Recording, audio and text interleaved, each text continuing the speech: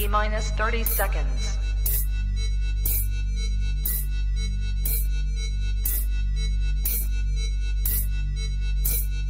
T-minus 20 seconds.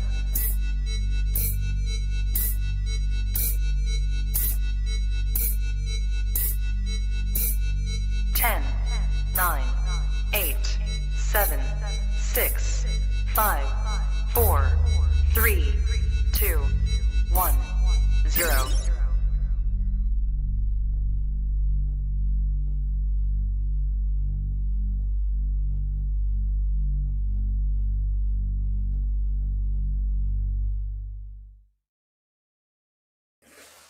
What's going on, everybody? Welcome back to another episode of Kush's Corner here on the Trap Talk Reptile Network, the coolest reptile network in the world. A little bit of an audible tonight. Unfortunately, we had to reschedule the episode with Alec, but it will still be happening just at a later date. So I will announce that once we decide to settle on a date for that episode. But in the meantime, very fortunate that these two were able to kind of save my ass at the very last minute.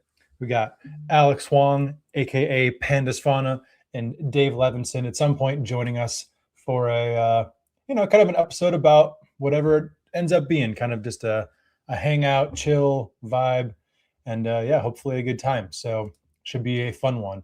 But before we get into the episode, as always, of course, US ARC. So US ARC is the organization that is fighting for our rights to keep our reptiles, to run our reptile businesses, and to live this lifestyle. Check out usarc.org for everything you need to know about the organization.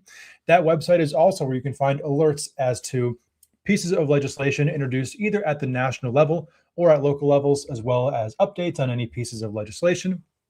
usarc.org is also where you can become a member of the organization. As a community, we have strength in numbers, and the more people that are behind the cause, the better. And here we are. Thank you to everybody who is tuned in live. If you are here on YouTube and you are not already, please subscribe to the Trap Talk Reptile Network YouTube channel. A new podcast drops every single day of the week here on the channel from some of the best hosts in the game, talking about a wide variety of topics from within the reptile industry. So if you are a reptile podcast fan, you have come to the right place. But if you are more of an audio person like myself, we are on all the major audio streaming platforms, be that Spotify, Apple Podcast, Google, wherever you get your podcast from, you can find the Trap Talk Reptile Network. A follow and a 5-star review on any of those platforms would be most appreciated. And for anybody who is a particular fan of this show right here, Kush's Corner, the best way you can support me, I did start a Patreon page recently. It's patreon.com/KushReptile. You guys could check that out. That'd be most appreciated. Over there, 50% of all membership fees immediately become credit towards a purchase of a future animal. The credit never expires, and it gives you first access to anything I make available before anywhere else. Other exclusive content, cool things as well. So if you guys could check that out, that would be awesome. And so Alex is with us. He is backstage. Hopefully Dave will be joining us soon. But kind of based on how I think this episode is going to be structured, I'm going to go ahead and hit these commercials at the beginning of the episode. So sit tight, everybody. Be back here in a few minutes after these messages from the sponsors. Sorry for the interruption, folks, but a quick word from our sponsors. Shout out to tonight's sponsor, and that's the one and only Morph Market and Morph Market Shipping. One of the biggest exciting things about the reptile hobby over the past couple years is Morph Market Shipping taking everything to the next level. Anything as far as reptile purchasing or selling needs can all be done on Morph Market's website, so I highly suggest you go check it out, especially if you're in the market of purchasing your first, second, or third, or fourth reptile. You can find a bunch of legitimate breeders on Morph Market's platforms. They stand very tall on representing the best breeders we have in the hobby, so don't look anywhere else when it comes to looking for your new reptile. Not to mention, if you're looking for aquatics or your next plant, Morph Market's a spot for you as well. Make sure you head over to morphmarket.com, and the best thing about Morph Market's platform, you could ship directly from their website with Morph Market Shipping. Morph Market Shipping has saved this hobby millions of dollars as a whole. I myself saved thousands with Morph Market Shipping last year due to their insanely cheap rates, so definitely go take advantage of these rates on top of the amazing customer service that comes along with Morph Market Shipping. shipping. Shout out to Darian and Zach, and shout out to the entire Morph Market team. So proud to be a part of this team. Thank you so much for Morph Market Shipping and Morph Market. So excited to announce this partnership, and so excited to announce new Morph Market features that are going to be hitting the reptile hobby real soon, like live sales on Morph Market. Thank you so much, Morph Market and Morph Market Shipping. Sorry for the interruption, folks, but a quick word from our sponsors. Shout out to tonight's sponsor, Workshop Reptilium. Josh Hansen is doing things different over in his facility. He has one of the most diverse, beautiful reptile collections currently in the reptile hobby today, but he is doing things differently when it comes to enclosures, thinking outside the box, giving these reptiles bigger enclosures. I feel like it's something this hobby needs. So a lot of exciting stuff to come from Workshop Reptilium. I'm going to be flying up to his place to give you guys a deeper look into his facility, and I'm also excited to have an episode with Josh so he can explain himself where his goals are headed when it comes to keeping. Thank you so much, Josh Hansen over at Workshop Reptilium. Make sure you head over to Instagram, make sure you head over to Facebook. Also, make sure you subscribe to him on YouTube. You can find all the links in the description below. Again, thank you so much, Josh, over at Workshop Reptilium. Sorry for the interruption, folks, but a quick word from our sponsors. Shout out to tonight's sponsor, brought to you by ZooMed. ZooMed is proud to be supporting the Trap Talk Reptile Network. At ZooMed, reptiles are our passion. For over 48 years, we've been creating premium foods, supplies, and habitats for reptiles and other exotic animals. We're a company made up of hobbyists that test our products on the hundreds of animals that we care for here every single day. Whether you're an established breeder or a first-time hobbyist picking up your first ball python, ZooMed has you covered with everything you need to keep your animals happy and healthy. I'm excited to talk about this new product with ZooMed called the Slither Sense. It is a remote temperature and humidifying monitoring system, which we all know how important temperature and humidity is to your reptile. And for you to have remote access to your temperature and your humidity in your reptile room could really, really be a game changer for the longevity of you keeping reptiles. So guys, make sure you check out that product. Find the link in the description below. Click on it right now. Give me your feedback in the comments below. Let me know how you're liking a brand new ZooMed product. Alrighty, thank you everybody for your patience. And here is Pandas Fauna. Wow, great, great punctuation there. How many pandas are there? How many pandas are there? How many pandas? That's my question. Many. Because as of now, it says Pandas Fauna. I'm just curious how many pandas are in the room right now. Just one, me, myself, and I. Ah, so an apostrophe would have gone there. Got it. Yeah. All right. Well, is what it is. Lisa has high hopes for us. She says that this will probably end up being a surprise hit. So, you know, we got some expectations to live up to. For everybody who's here now, I'm not exactly sure when Dave is going to show up. For anybody who saw my stories earlier today or caught the very beginning of the episode, this was supposed to be an episode with Alec Najarian. And for personal reasons, he had to reschedule the episode. So we're going to do that on another week. So very last minute, I was fortunate enough to get Alex on board to jump in. And then Dave has quite the story to tell if and when he does get here to the show. So we will hope for that. But in the meantime, we get Pandas Fauna. So what's going on, dude? How's it going? Well, you know, it's going. New year, new me. Yeah. Let's get into it. What are your New Year's resolutions, Panda Fauna? My New Year's resolutions are to put an apostrophe at for my business name, and pretty much it. Nah. Okay. Well, you haven't done it yet. Apparently, it's February already. So, dude, hey, you got to talk to Renee about that. She's the logo designer. You know. True. Well, Renee, if you're listening, we need an apostrophe. She's not listening. She's feeding her 7 dogs, which, by the way, is an accurate number this time. I just want to go on record and say there are currently 7. The next time we do a podcast, that might change, but there are currently 7. Not like more, but less. Not 7 more. So you're not at 13 or 14 or 15, whatever the heck. No. That would be poor. I wouldn't want that for myself. No, I mean, yeah, that'd be an unreasonable number of dogs, right? To have like 14 dogs, that would be too many. I mean, it'd be pretty cool, like, you know, on a textbook or in a movie, but in real life, probably not. I can hardly handle these dogs. Yeah, no, that would be an exorbitant number of dogs. Would be that many. That would be the limit. You need a dog, dude. Yeah, not 7 though. I don't need 7 dogs, but hey, you know what?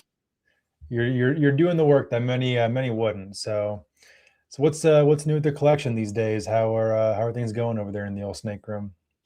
Everything is pretty much the same. Winter, we're just approaching like spring, end of winter, I guess. So everything is still brooming. My birthday is next week, so I'm gonna use that as like a holiday marker to pull the snakes out of brumation and then get them feeding and get everything going. And then this is definitely the vibe for tonight. That you are daddy. That's heavily agree with that statement. Does the dude with the shirtless picture? I could never, man. All right. So then, I obviously you're much more used to this climate than I am, but the early, like the February warming up thing is definitely something that I am not accustomed to. So it's, not even 2 weeks ago, we were like in the 30s and now forecasted for like low 70s in a few days. So right. Yeah. We definitely had like a more mild winter than normal though, for sure. Cause usually we're a little bit colder, but okay. Yeah, I mean, this year I did it fairly old school and just grabbed everything and put them in a box with a temperature gauge and put it in my shed and just kind of watched and figured it out. But the average has been pretty good and nothing has been too high or too low. I feel like last time we talked about it, the average was like 48 to 50 or something like that, and that was pretty good with like a little bit of fluctuation during the daytime, but yeah, pretty much. Nice. Yeah, I have kind of a hard time getting the room that I do my brumation in, like, to get really cold. Just, it's on the second floor, and for whatever reason, I just can't seem to get that room below like 54, 53. So yeah.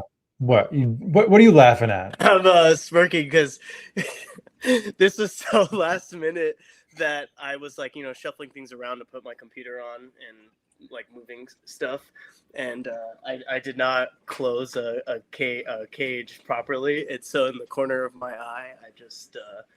I see this thing right here. All right, we're live, folks. This is how you know this is a live podcast, because this would never happen on a pre-recorded episode. That's so funny. All right, not what I was expecting. It's probably like 6 feet up in all of the cages, and I just see its head dart like this, and then it slowly darted back in. Nice. Just a rear fang venomous snake chilling, cruising. It's a good thing I don't have kids, and all my dogs are smart enough, True. Obviously. So, but yeah, man, gets to the topic of what you got in your hand right now. So raise it up a little bit. Let the people see what you got. Give me a second. It wants to bite me. Oh, all right. Cool. We will wait for Alex to wrangle the Baron's Racer. It's now in my pants. Hold on. Okay. We're really live. This is really a live podcast. Hell yeah, we're doing it. In my shit. We are. Anyways, we have a Baron's Racer. Hey. We did have a Baron's Racer. This is a blue female. Nice.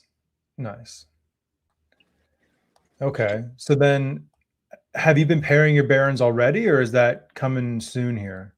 Yeah, some of them I already paired towards like the beginning of this year, and then a couple of them, like this one, I'll end up feeding and kind of pumping up a little bit more. Then probably like beginning of March, I'll pair them up. Okay. Barons they don't really have like a certain. I know some people pair them in winter, and I know some people pair them in the spring. I know some people pair them in the summertime when we have monsoons. So it just kind of really depends on you, your preference, I guess. Does it more come down to pumping them with food prior than seasonality? Yeah, but it's also just kind of like a corn snake. Like, this thing is just gonna breed if you put them together, no matter what. Without brumation, with brumation, with pumping up food, without pumping up food. They're pretty easy. Yeah. Anything that double clutches, I feel like, is pretty easy to breed. Yeah, that's a good point. if a species is like, I'll do this multiple times a year, they're biologically motivated to get that done. Yeah. All right, give me a second. I'm gonna put this in. All right. We will wait until Alex returns the Barron's Racer to its habitat. You know what? I'm kind of happy that happened. I think that's the first escaped snake on a podcast so far, which is pretty cool. So I don't have a good poker face, dude. So I just yeah, you're just there. I wonder what he's looking at. Like, should I just let this ride out? It's just gonna watch me the whole entire time. I should just let it sit until it goes back behind all my cages, and then I'm screwed. Yeah. Well, Anyway. Hey, you know what? We made it. We're here. So I guess on the topic of Barron's racers, what, I guess to preface the conversation, at this point, how long have you been working with Barron's racers? I don't even know, dude. 2014, maybe 15. Okay. So solidly over a decade at this point. I mean, how long have we known each other? Probably about that long. Okay, so probably about that long. I feel like when we first started talking or knowing each other, that was probably when I had like my first set of adults or something like that. Yeah, probably around there. Damn, it's really been that long, dude. What the fuck? That's crazy. Yeah, man. Pretty insane. Not just kids on Instagram anymore. No, we're just the retards on Instagram. Okay. Jeez. Okay. Oh boy. All right. Well, anyway, so I asked that to follow up with Barron's racers have become quite the popular snake these days, and their value has gone up by a lot. What's your take on that trend, and how do you see that playing out kind of over, the next few years, I guess. Let's start with. I mean, there's like several different aspects. When I was first breeding them, I don't even really think I could sell babies for like $250. They were always pretty cheap snakes, like 125, 175 bucks. I guess blues were always a little bit more expensive, but not even really then. Maybe like an $800, $1,000 snake at the time when I was doing stuff. But browns and greens were always pretty cheap, and I feel like adults were always pretty cheap too. Nobody really wanted them, nor I guess cared about the Barons, mainly just because of the ball python craze, probably. But I don't foresee everybody making the amount of money and the amount of snakes that they're currently making, only because, like I had mentioned previously, they double clutch. Right. So like how many of us can produce a clutch of Barron's racers, that, and also it's a large clutch. It's not 6 eggs, it's 16, or I think like my first time female gave me 15 eggs or something like that, and I think originally I had 2 females that were together, and then I didn't see her for a little bit and lifted up a water dish, and she was there with a bunch of eggs. So, and she was pretty small at the time, small, probably a little smaller than that female that just had escaped. So they clearly can get a lot. Oh yeah, sure. Okay. So it's all just kind of about, I don't know, being a colubrid, I guess, and being able to produce whenever they get like a certain size. I don't really think it's about age. I think it's about size, and their body kind of does whatever. But yeah, I mean, you're already kind of starting to see like the market tank with the blue prices. They were like $4,000 at one point for a baby, and now they're $3,000 and $2,000, and I think now you can probably get them for like $1,800, $1,500. But man, that's still a very high end for the colubrid market. Oh, for sure. But like I said, dude, that was like within the last couple seasons. So now you're coming into this season in 2026. It's like, how many people are actually breeding Barron's racers? It's a handful, and especially like those that are doing it in large quantities, I guess. So I mean, there's always going to be a want for them because they're really cool snakes. Sure. They're super active. They're really, really, really damn smart. They're really beautiful. You know what I mean? But just like with any colubrid, I feel like you can just oversaturate the market a little bit too much. But with that being said, I feel like outside of the blues, there's not a lot that we know of in terms of like colors and genetics that they can have. So a lot of people are starting to focus on like the high yellow stuff or like the lime green stuff rather than the dark green and Sure.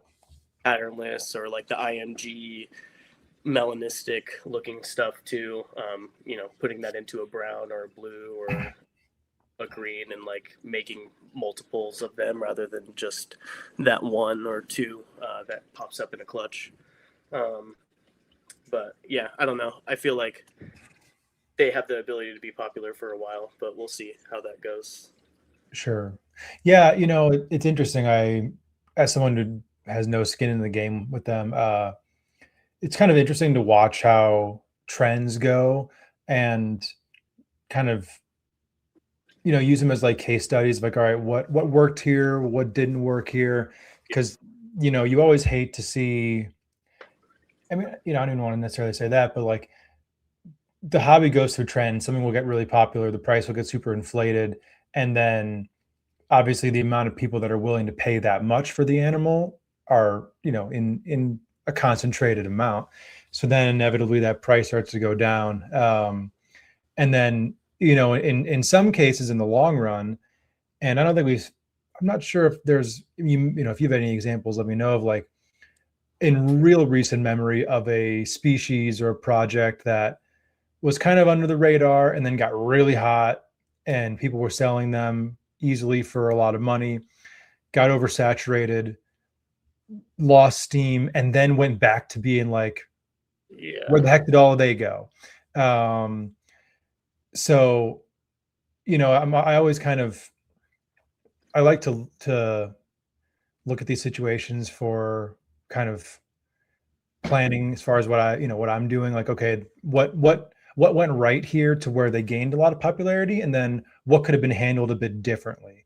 And this is, you know, I'm not passing any judgment on anybody with Barons racers and what they're doing, just, you know, using it as kind of like an interesting case study, because we haven't seen it play out. You know, we've seen, as you said, prices come down a little bit. But like, as you were saying, when you were first breeding them, you were getting like $200 a piece. So to go from $200 a piece to 2,000 a piece, I'm not sure anyone's going to complain about that. But, you know, if you look at it from, if they were selling for $4,000, okay, now at 2, you're like, shoot, I miss the days when they were 4. So like, not sure if there was a question in there, but, you know, I guess, what are your thoughts on all of that? Yeah. I don't know. Yeah. I think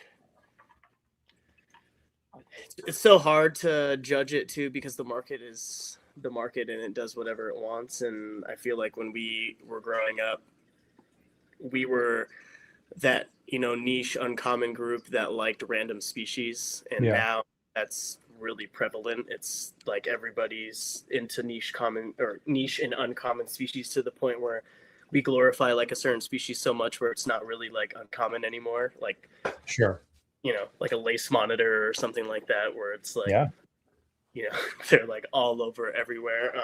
And that's not like to shit on anybody. I love them. They're really, really amazing. But it's, you know, we love a certain animal so much, and then that's like all you, kind of like an Ackie monitor. You know what I mean? Like, people love Ackies and they, you know, talk so highly about Ackies, and you see them everywhere, and then your market gets oversaturated. So, I mean, I feel like buyers, but Barons racers shit a lot. They eat a lot.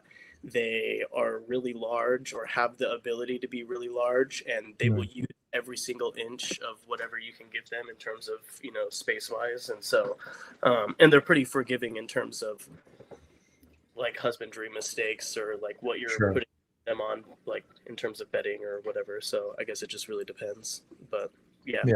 Makes sense. Yeah, you know, it's actually funny you brought up Ackie monitors. I was talking with Alex Myers the other day, and we were just, I don't remember the exact what brought us to this point, but the Ackie monitors came up, and I was kind of thinking to myself, like, man, who's even really doing Ackies anymore?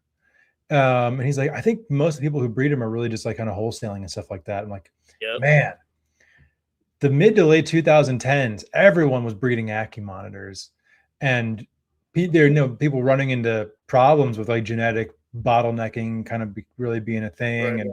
And so people were kind of, doing red, yellow crosses to try to make stuff a little stronger.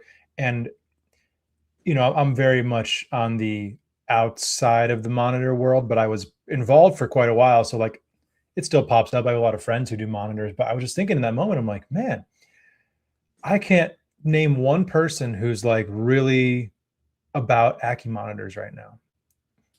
Yeah, I feel like it's super neat. I don't know. Monitors are, I feel like since we've been kids, have always kind of been like that. Like, because they require so much space and so much time, those people who are really invested in like a monitor species will oftentimes like get rid of their whole entire current collection just to foresee having 13 adult Ackie monitors to, essentially have everybody be on Ackie monitors. But yeah, Alex is right. I feel like there's a few random people. Okay. Yeah, I was just about to say John. Yeah. Oh, and third Alex. I thought you were referencing the comment. Oh no, but there's too many of you damn Alexes, man. And Alex Oliver this time. But okay, yeah, I didn't know if John was still working with the Ackies. The Ackies that I used to keep were from John. So yeah. I'm pretty sure he still has like the pineapples and like the rare earth like red stuff. Okay. Like, yeah, that's good. Because his were always so fantastic. Dude. Yeah. But like I'm not sure he's really had any at the shows that I've seen, like at Pomona. He's really mostly had like laces and some dwarf monitors, which I mean, not yeah, not that that's a bad thing, but I don't know if I've seen Ackies, or maybe I just have missed them. But I feel like Odatri are one of the ones that are like Barons racers. They come and go for sure, like those Kings monitors and stuff. It's like, for a while they're crazy popular. People are buying them like in insane amounts, and then all of a sudden you don't see them anywhere, and then now you're starting to see them again, and oh shit, I want Pilbar, or no, I want storage monitors. And it's I mean, shoot, when we were at dinner after Pomona, our whole side of the table was kind of talking about there for a second, and I asked Wyatt and Landon about Kimberly or Pilbaras, like you said, because I'm like, shoot, where the hell did they all go? And they're like, yeah, a couple people are working with them, but like they've been kind of bred to the point of being unhealthy. So, we were looking at like pictures of wild examples compared to captive ones. And you're like, oof, it's pretty different. It's visibly on a picture on a phone, you can tell that those animals are not the same.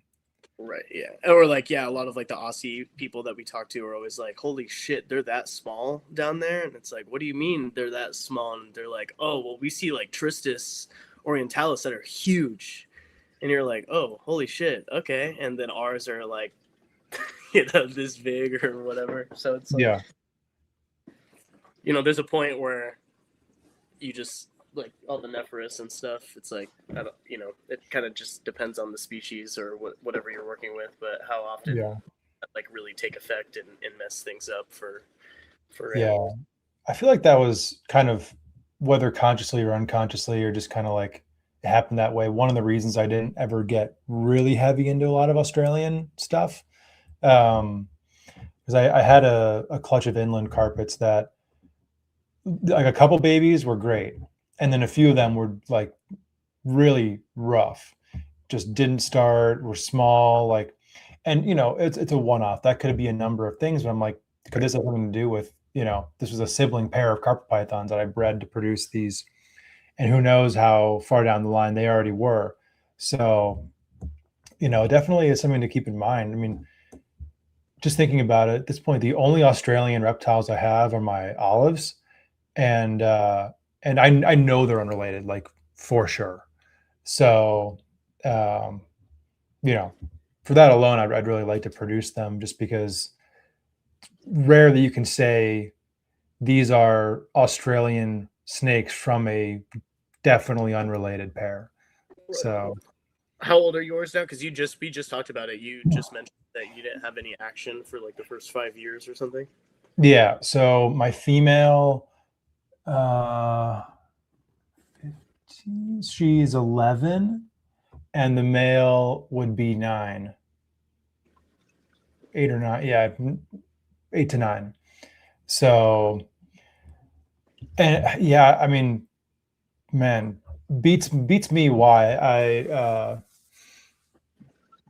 last year I got a little courtship behavior, not much. Like when they were together, I'd spray them and the male would kind of like spur the female for a minute. Mhm. But it had gotten to the point where I was like, I need to sex my male because I don't know. You know, it was to that point. Like I'm like, I hope this is actually a male, because then a stud on another female, dude. well, and then I was like, did I accidentally send Alex the male? Oh man, because for anyone, I mean, not that anyone would know, but you got the sibling of my male female, what, a few years ago at this point, 4 or 5 years ago. So I had a trio and just was like, yeah, I'll just stick with the pair. So, or did I sell you a pair? I don't remember. No, just the female, because I have a male that I got from one of my buddies, Andrew, in Florida. Like, fuck, dude, probably I don't know. I could probably look at how, but maybe like 13 years ago now. He wanted to come see me, and he wanted to come herp, and so he drove all the way out there to come herp and hang out. And From Florida? Yeah, and well, because like you know, we're young kids, dude. So Hell like, no. dude, I want to go see an Aatrox, and so I'm like, okay, come through. So I was never that young then. My God. So yeah, so he brought me the olive python. I still have that to this Oh, day. cool. That's my male. And I don't even really know where that animal came from, and then that female, came from you. So I'm assuming and hoping they're unrelated, but who knows, dude? Who knows? But yeah, hopefully we get some of that stuff going, man. I last year she swelled up pretty good, but nothing ever really happened, and I didn't really feed too heavy. And then this year I've been seeing a lot more action and whatnot. So we'll see. Nice. Yeah, I got my female too big to where I think that maybe was the reason that I ran into problems, was just, thinning out an adult python is a very difficult and long process.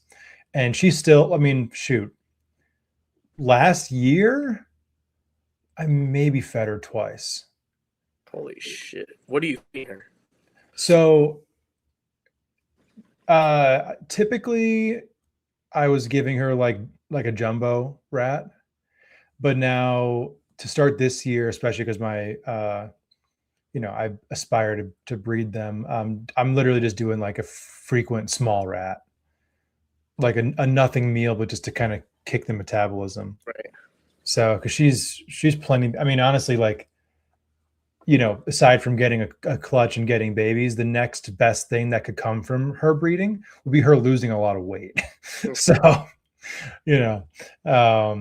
she's in better condition now for sure, but I fed her way too much. And this was, I didn't know much better at the time, but yeah, here we are. So have you cooled them ever to the point of like where it actually matters? And so no, I haven't done the like take them down into the 50s thing. Right. And not that I wouldn't do it, but I have them cycled in the same room where I have scrubs breeding. So I guess the room that I'm sitting in, but so they got down like to the low 70s. But yeah, I didn't take them super cold, but I know like Dennis doesn't do that one with his olives. He's had some pretty good success. So I know people have done it both ways and have had success with them. Yeah, that's what I was telling Brandon. But Brandon, like, I talked to some people and they're like, oh yeah, they're whatever. They'll just breed. And then some people are like, no, you have to get them at 50 degrees, like red light, you know what I mean? And so I kind of just turned off their lights and let them kick it in my reptile room. And yeah. Well, but if you think about it, geographically speaking, like they're not coming from these, they're getting cold, but they're not like far south in Australia. So, it wouldn't make sense that they would like absolutely need it, or like the whole I mean, I'm speaking as somebody who hasn't bred olive python. Yeah. The whole kind of idea for the longest time that the trick to breeding olive pythons was having two males, and like, but then I just use Dennis as the example. As the example, where he has a pair and he didn't get his super cold. And I mean, at least in recent years, I don't know if you could name anybody who's bred more olives than Dennis. So I think outside of what is his name? I don't even think he's in the U.S. He's in Canada. Cody Joe McOwen, right? Yeah. All of them that he breeds. Cody Joe, yeah. But yeah, no, just Dennis, pretty much. Yeah, I feel like that needing 2 males thing is pretty old school thought process there, because back in the day when I bred carpet pythons, it was like you can't breed carpet pythons without 2 males. They have to comment. Fucking parking lot as 13, 14, 15 years old, breeding 2 or combating 2 fucking male carpet pythons together just so I can throw them in with 1 female, and then that's hilarious. It's like, no, they'll just breed, Yeah, that's pretty funny. Yeah. So yeah, Jeff Hartwig, he was definitely the guy. The female you got for me, my male, were produced by Jeff. So yeah, he definitely, and he was breeding the albinos as well. Yeah, that was always one of my favorite stops at Tinley, was going by his table, seeing the olives. He usually had an albino or 2 with him. So yeah, I'm not sure if Nixon, if does Jeff have any of his animals anymore? I feel like I haven't seen or heard from him since COVID or so, but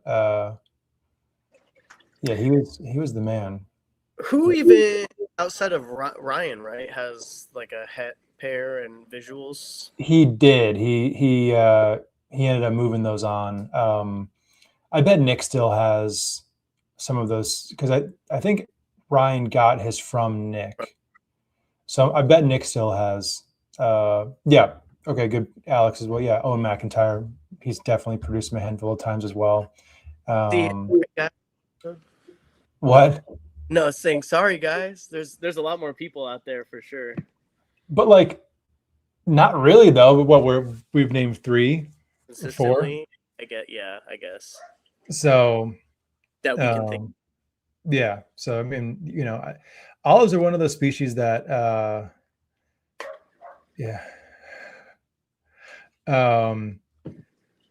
they're one of those species that, like, it kind of makes sense that they never really took off to be like a super popular python, because an olive is an olive is an olive through and through. But I mean, shoot, I don't know anybody who's kept olives who doesn't just love them. I think you got to be a real snake person to just love an olive colored snake, like it's a really cool animal for sure, but for just like the random person who is interested in snakes, it's like there's nothing really eye-catching sure about, I guess you could say. I think they're really pretty. Yeah, me too. It's really cool too. Natural behaviors is one thing, but not a lot of people really focus on natural behaviors, so it's like yeah, they're just, I mean, I've had one olive in the past that had like a really bad attitude. I mean, it wasn't even that. He just had the most insane feeding response of any snake that I've ever had.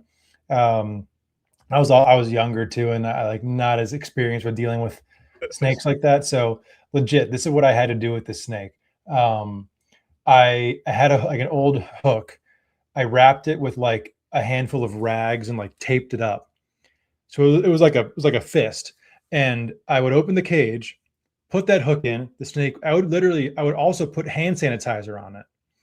The snake would bite it, wrap it, and sit there for like 10 minutes. And I would spot clean, do the water, spray down the enclosure.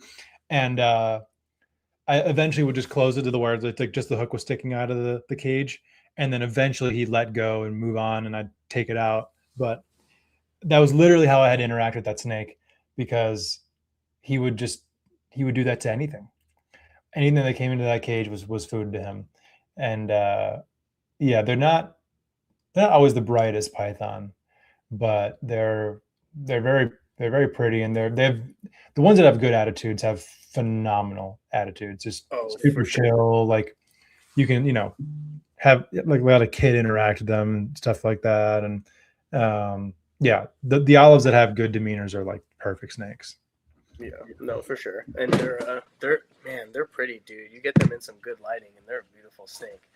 And Yeah. they have crazy iridescence too that most people, I don't feel like, realize they have. Yeah. No question.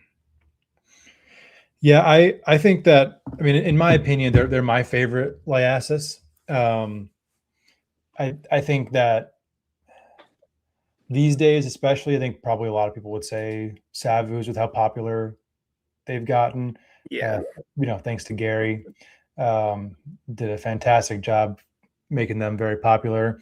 Or Duns, which I like both of them as well. But to me, just the personality of the olive python is, not rivaled by the rest of the genus. So, dude, I haven't worked with them, but Fuscus are pretty cool too, dude. I really like the water pythons. Those things are super rad. I haven't either. Yeah, and Lisa makes another good point that olives are the best head shape of the liasis. I fully agree with this. And some people will argue and say it's Savu, but no, if you sit there and stare at an olive, it's definitely olive.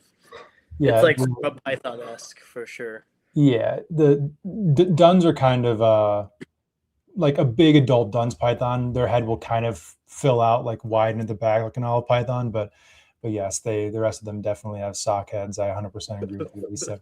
The king snakes. Yeah. I've never even held a water python, I don't think. They just, to me, they're always just kind of like darker, duller, smaller olives. Yeah. With a bright yellow belly. They're cool, dude. No, I don't want, I'm not like trying to shit on water pythons. They just, I don't know. The same way that like Antaresia, for different reasons, but never really appealed to me all that much. No, for sure. Like I appreciate the snakes, but I don't think I'd ever keep them. But I'm glad other people do, because they both have quite the place. And I mean, the thing, like a water python, and I'm not sure if their demeanor would be kind of not be conducive for this, but like that's a fantastic kind of offshoot pet python. They're a small, slender python. So. Yeah. Just nasty attitudes, but people like Amazon tree boas and other random animals that are known for nasty attitudes. But I feel like it's all individual based for the most part, because I feel like 10 years ago everybody would say you can't touch an emerald or a green tree without getting absolutely chomped on, and then you have everybody and their mom out here just ripping out their arboreal stuff, holding it. And then that guy, I don't know, oh man, here's a throwback for anybody that's watching. I don't know if you remember this guy. I don't know if you're the age gap is strong, but it's not that big, just saying. But back in the day when YouTube and like the reptile community was, really prevalent, there was a lot of reptile like keepers on YouTube. And there was this guy, his name was Cute Gay Jason. Do you recall who this guy is?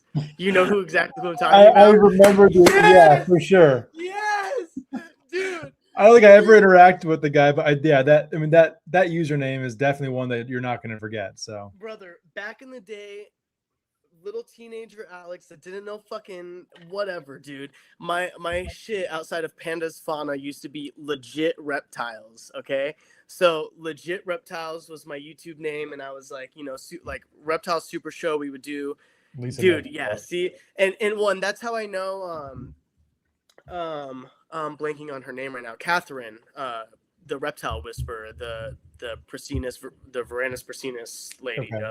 Catherine Brown. So it's like, growing up on YouTube, I watched all of these people, and dude, Cute Gay Jason, this guy would just throw Amazon basins around his fucking neck like a fucking BCI, and would go to Starbucks or wherever, bro, and fling these things around, dude. Like you don't even understand. I hope whoever is watching can go on this dude's YouTube channel, and there are still videos from back in the day of him doing this, and it's like it is the most flamboyant, funny gay guy, and he just nonchalantly is breeding the most fucking craziest species, dude, consistently.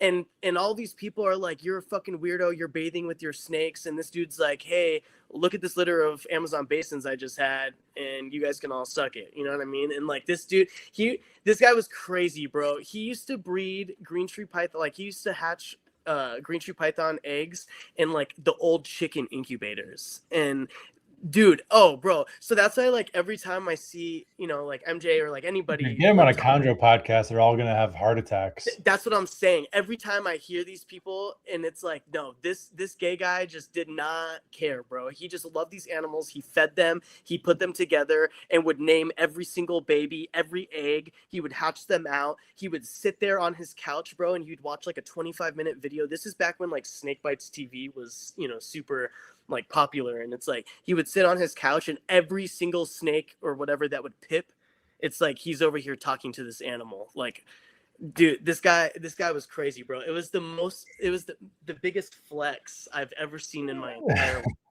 because he was just like, you know, just he didn't care about the hype of the animals. And back then, like, basins and green trees weren't even really that hyped up. And so it's like, yeah, I just always remember this guy being so humble and just being this like drag queen reptile breeder that just bred like the craziest shit, and how everybody's like, you need to hold this chondro this way, and you need to take it off of the perch this way, and this fool just rips him off of a tub, you know, like on a PVC perch, and then he goes and takes a warm bubble bath with it, you know. it's crazy work, dude. Man, this dude was about 15 years too early for the world, man. He would go viral as hell today. In 2026, bro, he used to dress up as like his drag queen personas and talk about reptiles, like as like, you know how like you guys just watched a commercial about MORPHMARKET and stuff. His YouTube video would stop, and it would be like a PSA and him being like a drag queen. And I'm laughing because I just am remembering all of this, and it's really nostalgic and funny. I loved that dude. Talking with him and like hearing his husbandry techniques was super, super cool. And it was very old school. You know what I mean? It was very simple. It was very much like not overcomplicated, and he got shit done. Like it was, it was crazy. I wish we went back to those days. That was back when I wasn't like afraid to be on camera, and I just was like, hey guys, what's up? Welcome to Legit Reptiles YouTube channel. Let's go look at my snakes. And now I want to cry every time I look at people in the face. Yeah. But, you know. Well, Jason, man. Lisa, does he still have videos up? This is crazy. I need to look at this. yeah, man, those old school social media days before it got all professional and stuff, those were the good old days, man. Okay, he doesn't have a social, or he doesn't have I don't think he has a YouTube anymore. However, some random dude named Regandrius has a playlist of like some of his stuff, I guess. But this is how he kept green trees. This was 16 years ago. And this is an emerald, by the way. So, but I mean, he kept his, you know what I mean? But it's like, yeah. Look at this, dude. People would lose their minds, bro. They would have a stroke looking at this. Yeah. And this guy just, you know, he just did it. Hey, man. Sometimes the old school ways work, man. They worked for a reason. YouTube was a different animal back in the day, bro. Yeah, you ain't kidding. This is so the Wild West. It's so insane. It's like these no production value, terrible lighting, and these videos would get like tens of thousands of views because they were the only reptile videos on YouTube. Yeah, that video has this video of him hatching green tree pythons. It's not even, you know, cute gay Jason's video. It's somebody else's video. It has 70K views, or maybe it is his video and he just changed his name. But He used to dude, I'm telling you, this guy it was crazy, you know, just like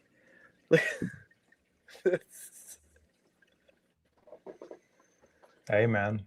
the incubator, bro. I'm telling you, it's insane.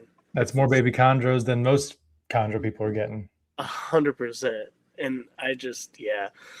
Oh man, it's funny. Or like, you know, when people post on social media and they're from like Indonesia and they have the long fingernails and everybody freaks out on the comments. This guy had the craziest fingernails, and he would pick up like baby snakes out of the egg with his fingernails, and it was crazy. It was crazy, dude.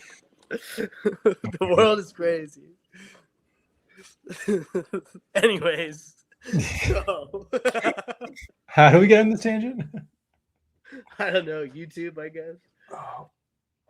All the pythons. All the pythons, water pythons, back in the day. So what are you breeding this year? What does the great and powerful Stephen have going on? The great and powerful. Pretty much exactly what you'd think. Scrub pythons? Scrub pythons. Yeah, so right now is kind of like the hot and heavy scrub breeding time. Temps are warming back up, and you know it's time for stuff to happen. So I'd like to think that I did stuff better this year than last, so I'll hopefully get a better outcome. In terms of what, like time wise, or yeah, just like how I did my cycling, how I did my food cycling. I think I just was giving my females food at the wrong times last year, and it also didn't help that I had to switch rodent suppliers like right now, essentially last year. So I was kind of scrambling to get rats, which definitely didn't help when I had snakes that needed rats like all the time. But you know, thanks to the great and powerful almighty Python God himself, Ryan Young, I'm on what I feel like is a better trajectory. So what did you change for those that are watching? Mostly just some feeding stuff, and then also my basking, where or is these super dark secrets from the dark web? No. So like last year I fasted during the cool down, and this year I fasted during the summer. Oh, so okay. And fed through cool down, but smaller meals, and then kind of on an individual basis based on what the females were doing, adjusted more food, less food, bigger prey, smaller prey, etc. But just kept feeding them through cool down, and then you know, depending on females, whether they reabsorb or they lay or just didn't cycle in the first place. You know, some of them, the ones that didn't end up, you know, that don't end up laying will definitely get a decent fast throughout the summer. Any girls that laid will, you know, be on a little bit of a get the weight back on kind of diet. So, but honestly, it's much nicer that way to fast them over the summertime, because that's when the most amount of stuff is eating. All of the venomous are up and eating. All the babies obviously are eating. And then wintertime is kind of the best time to like really focus on that, because at that point, you know, like this year, I was fortunate a lot of the babies that I was selling are gone. All the venomous are imbrumation. All the adult colubrids are either imbrumation or off of food. So, you know, I have much more ability to focus on feeding the adult scrubs and really pay attention to like individual females and know exactly how they're all each individually eating, where they are cycle wise, whether they've started or not, etc. So yeah, hopefully that ends up working out. And you know, without saying too much, because I don't like to talk about all this publicly, I have some stuff that I'm pretty excited about that's going on. So Nice. that's what I'll say. But then Spilotes breeding should start soon. Yeah. They've all had a couple meals up. I don't do a full brumation with them like I do with the pits, where they got down into like the mid 60s at the coolest, and then a bit of a jump back up during the day. What's so crazy though, like considering that they don't go all the way down, so their metabolism is still, it's got to be turning a little bit, and with how, you know, high metabolism they are, after 10 to 12 weeks of not eating, man, they didn't lose any weight. So yes, I was, you know, just last week, I kind of did my first like little check on them, you know, spruced up their nest boxes, got everything ready, you know, checked them all. None of them were cycling yet. So I was very happy to, you know, not feel any follicles yet. But then I was like, man, these girls all have pretty good weight still. Like that's not what I was expecting fully, but hey, I'll take it. So that natural temperature drops and like you just taking out like basking. Where are they? Are they with your scrubs and stuff? No, so they're in like what would be my dining room, but just kind of in like the main part of my house. And right there, it's really just, it's them and indigos. So I kind of can cycle that area specifically for those snakes.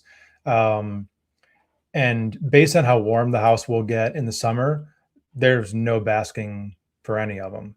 It's just straight ambient. You know, the LEDs will increase the ambient temp a degree or two, and that makes enough of a difference. So, but the best, like I tried some basking spots last year, but the best clutch that I had came with no basking. So I'm like, okay, stick with that. I mean, you know, incubation temperature is 78, 79. So just logically, why the heck would they need anything really more than that to get the follicles and the eggs to that point? So. And what temperatures are you sitting at, like usually during the summer? During the summer, the day will be right around 80, and then you know, drop a couple degrees at night during the summer. But like right now, peak day, I think they're hitting like 77, and then by the morning it'll be like 73. Oh wow! So so yeah, kind of mid 70s, and then that's ambient. So I bet with the LEDs they're getting a little bit higher, maybe 78 to 79, especially if they get closer to it. So that's happening there. I haven't posted them yet. I'm not even sure if I've mentioned yet, but I found out, unfortunately, way too late last year that my adult pair of sulphureus was in fact 2 females. Yeah, I was on FaceTime with you, and your dad was in town when you got it. Yeah. So yes. Unfortunately, last year I discovered that when my bigger female had 14 massive follicles. And I was like, oh, this is awesome. I'm going to get a big clutch. And then I was like, oh, fuck. Yeah. Roy was very nice to send me a male on breeder loan, but it was just too late. So I didn't end up getting anything out of them last year. But the one thing I will say that I'm glad about is that both of them reabsorbed instead of laying slugs. So yeah, they didn't lose weight or anything like that. So I didn't need to like recover them.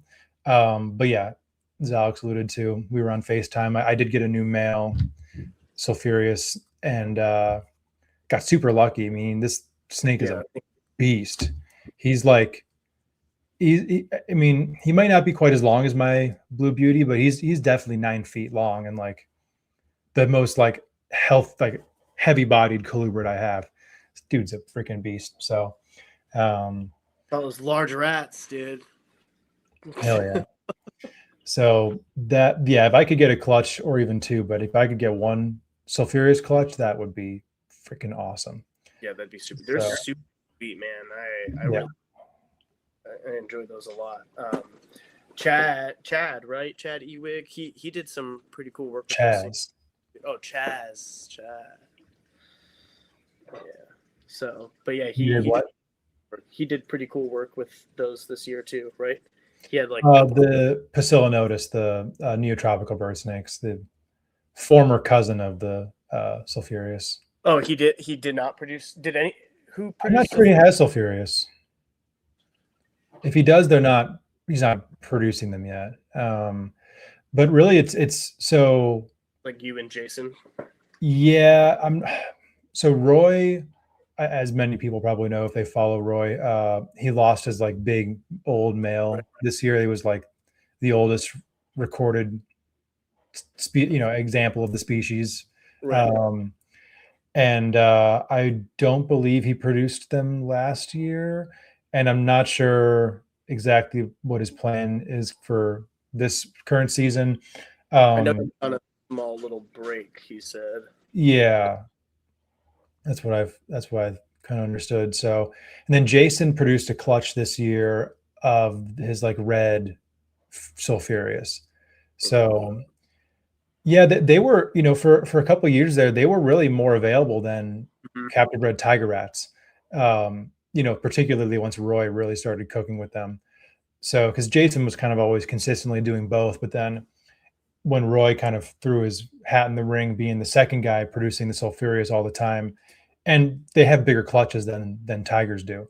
So, at that point, they became like, you know, like you could pretty consistently rely upon the ability to get sulfurious captive bred, you know, year after year from these two guys. So this year was a little bit of a down year, or I guess 2025 for sulfurious. So hopefully, yeah, I would definitely like to be able to get a clutch, and especially considering that female had 14 follicles last year and she's a year older and bigger now. I'm like, and you just have two girls just hanging out, chilling. Yeah, just hanging out. Yeah, I should have known better to sex the smaller female sooner, because she was thinner and smaller, but her head didn't fill out the way that an adult male Spilotes head fills out. And I was always looking at the snake like, I don't know if you're a male, and waited way too long to check. And the way that I really knew, I probed the snake to double check, but when I felt follicles on my male, I'm like, shit. So yeah, that wasn't great. Man, this guy Dave, he was like, yeah, I'll jump on the podcast. An hour later, where the heck is Dave? Has he not responded to you yet? No, he's not. But you know, Dave, he's had himself quite a day. So you know, if he doesn't end up making it, he definitely has more than enough reason. But anyway, so yeah, so Spilotes will start soon, and then probably by the end of the month, early March, I'll start bringing the pits out of brumation. So, are you? How are you brumating those? I just have them in tubs in my room with my rattlesnakes, so they're getting. And this cold enough? Say that again. This winter for you, it's getting cold enough? Yeah. I definitely got it cooler this year than last. And last, I mean, you know, and I had some success last year, so I'm pretty confident with what I did, that I'll be able to get some good results out of them. But yeah, so it'll be the Janai, Kankakee bulls, Stillwater hypo bulls, and then the vertebralis will be what I am attempting. So that's quite a bit, dude. A little colubrid guy over here. Look at me. And then I guess the last one that I have is Melanota mangroves. So I have a really nice aberrant male that I got from Dan Maleri at Pomona summer of 24.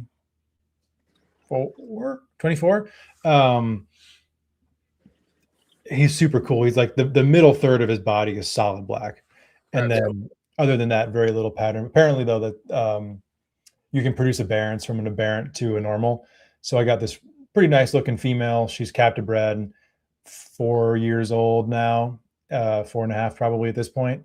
So I got her in quarantine, but definitely going to be trying to produce them this year as well. So I love mangroves, and yeah, they're when I kind of like reduced the collection, got rid of some of the odds and ends projects. They were those and the Divergence were the ones that two of the ones that stayed. That it was literally just those two and my Blue Beauties. Every other colubrid is either a pit or a Spilotes at this point. So that's crazy, dude. I couldn't even imagine just having. Well, yeah, I bet. So yeah, man. Then I guess to just round it out, then all the breeding happened over the summer, but for the venomous, I I think I had like upwards of 10 pairs copulate. So, hope some of them were females that had litters last year. So like I was 2 of them. So if they don't have litters again, it is what it is. But I should have a pretty decent haul of venomous, and then probably about another 8 females to pair up over the summer, rattlesnakes. So Dude. yeah, Mostly like Willardi, like Richard complex stuff. Yeah, Willardi, Calabri, Polystictus, Marulus, the San Luis Potosi Marulus, Achilles. This year, probably of my venomous, the most excited I am to pair something up with my Armstrong eye. They're going to be up to that size. Arizona sucks. Yeah, you're right. Dude, I love it. I love walking out in my backyard and just being surrounded by a big bowl of beautiful mountains, and I love just being here until I want to keep some really cool. Yeah, can't. Arizona has its upsides and its downsides, and that is one of the downsides. So that's the only downside, dude. Everybody talks about it being hot, but it's really not even that hot here. It is that hot. I mean, you're not in Phoenix. I don't think I could live in Phoenix. Yeah, Phoenix. That's hot. Dude, yeah, we just live in a big bowl of mountains. I feel like the average, I don't know, I feel like we don't ever really get above like 114. I guess that's hot to some people, dude. That's hot as shit. We don't get over 105 here. And when it's up that high, I'm just like, oh no. Nah, dude. I could be hiking just like this. No, when it's that hot out, I am inside. But nah. You gotta embrace the sun, dude. You know what I mean? But anyway, let's talk about your season now. We just did mine. How about you? Oh man, dude. I don't know. My season is just like any other season. I just don't ever really pay attention as much as you guys do. I mean, well, yeah, you have 500 species. It makes sense. I mean, there's I don't want to say that I don't pay attention at all, but there are definitely like I have other things that I, that demands my attention. But yeah, it's like, yeah. So I don't know, all the colubras and stuff that are in brumation. And then hopefully some green trees, hopefully the olives, a lot of tortoises, leopard tortoises, star tortoises, pancakes, a lot of Tenosura. I have pretty much all of the Tenosura under brumation right now. So Baker Eye. Okay. Oh man, Baker Eye, Clark Eye, Pides, a bunch of other random species. The Polaris, those are all under brumation right now. That are gonna wake up pretty soon. And then the spotted turtles, hopefully some diamondback terrapins, possibly Australian frill dragons, and a couple of other random stuff. I need to start like pairing other random animals that I just have single stuff. So I've been trying to do that more so than breeding anything, I guess, and getting the room all set up and organized. But I still have this big, huge female sarong that's just kicking it. That needs a boy. Sarong what? Barneck. Okay. But yeah, I mean, just you know how I am, dude. It's like I pair it and I kind of go on about the season, and if it takes, it takes, and if it doesn't, it doesn't, and I try again next year. And it's usually like most of the time, because I have so much stuff. Usually, if like if a couple things go, I'm not mad about the other stuff because I already have like my hands full. But I mean, yeah, like this season was pretty good to me. I think out of everything that I produced, I have probably like 3 or 4 snakes left, not even. Nice. And they were animals that I kind of didn't want to sell anyway. So man, we have our second guest who has made his dramatic appearance. Wow. Oh, never mind. What happened? I don't know. Right as I went to click him on, he disappeared. So hopefully Dave will be back in a second. This might be a good transition into having Dave on. But what about boas this year? Any boa pairs that you? I have a couple Sonorans in the works. I am just now repairing the Longicauda. Cool. Sitting on the Argentines because she's had a couple years off now. But I mean, you know, we'll see. I just don't like to like. Yeah, I don't want to overload myself with too much work. I'd rather focus on the babies that I have and Sure. you know, figure out a species or whatever for the next year. So that way it's just kind of second nature rather than trying to decode this animal that I now have to figure out babies or whatever. Fair enough. Kimberly rock monitors. I have a breeder loan male that's here right now. So my female's looking pretty thick. That'd be cool. Okay. But yeah, just, you know, random shit, dude. It's kind of all over the place. Yeah. Yeah, not much. Not much, except it took you 10 minutes to go down the list of all the species. Have you done your species count yet? Not since the last time I sent you my list, but that was a long time ago. I was gonna say no. I would rather not. Dave and I actually just had a conversation not that long ago about species count and what we have or whatnot, and I'm so good, you know, on just having that amount, but also, yeah, no, I don't know, dude. I feel like that's just gonna set me up for failure to know how many species I have. The dark world. Oh, look at this guy. Hey guys, what's going on, Dave? Just here for you, buddy, because you do a lot for me. Thank you, man. What a Thank guy! you What a guy, dude! What a guy! You're really dark, dude. You don't want to see what's going on here, man. I need to see your beautiful face. That's why I'm on this live. He said Dave Levinson was going to be on, and so I threw all of my dog food at Renee, and now I'm here. Oh, fair. You're still not getting this face. I even put a ring light above my head, dude, for this. Dang. I got a light above my head too. That's a really scary light, dude. This is the most menacing reptile podcast appearance I've ever seen. It's up there. Everyone's gonna there's a nice painting in this room, but got lazy, left it on the wall over there. Nice. Hell yeah. So Dave, what's going on, man? What's new? Well, Southeast Reptile Expo, I guess we're gonna talk about. Yeah, let's do it. Honestly, I'll be honest, I was a little panicky when I got there and it started snowing in Atlanta, but crowd was great on Saturday. Sunday sales were better on Sunday than Saturday, in my opinion. Okay. I had a pretty good weekend. I think everything went pretty well down there. I think his door was probably very similar to his last show, and if it wasn't for the weather, he might have had more people out there. Nice. Yeah. That's awesome. So, yeah, a few walkers going through, picked up some pretty nice ball pythons off a couple guys. Seems like everybody in the building said they did pretty good. Like you said, my sales on Saturday were a little iffy. My sales on Sunday, honestly, were awesome. Cool. Yeah. But that was a good weekend, man. Talked blackhead pythons. Talked king rats with Josh Halder for a little bit. So good weekend. Hell yeah.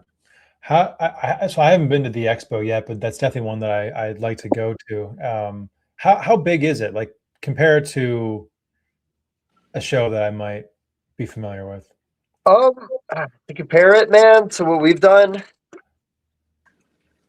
man, something like a Reptilian Nation kind of size show. Like when it's in a good sized venue, maybe smaller than what they're doing in Dallas for NARBC, but I don't even know how many tables got in there, to be honest with you. But the old Arlington venue.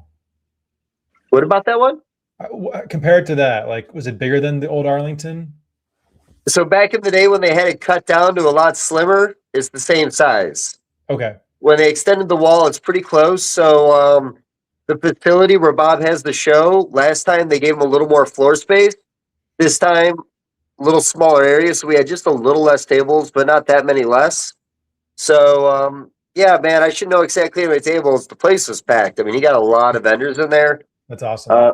Aisles looked really busy the whole time, which felt good. So, Yeah, like I said, I always panic when I'm in the southeast and the weather's shitty. I'm always scared people are going to come out. Yeah, yeah, no, fair enough. But yeah, I feel like that was the same kind of feeling last year, January, Pomona, when the fires were happening. Everyone was like, oh shit, and then it was like the biggest door ever. It was Yeah. crazy. So So before any show where there's a disaster or a snowstorm, do not listen to what I assume is going to happen because I'm wrong every single time. Same thing with Pomona, man. When I heard about everything going on, I looked at the maps where the fires were by Pomona. I was like, this can't be good. But great turnout. yeah, no doubt.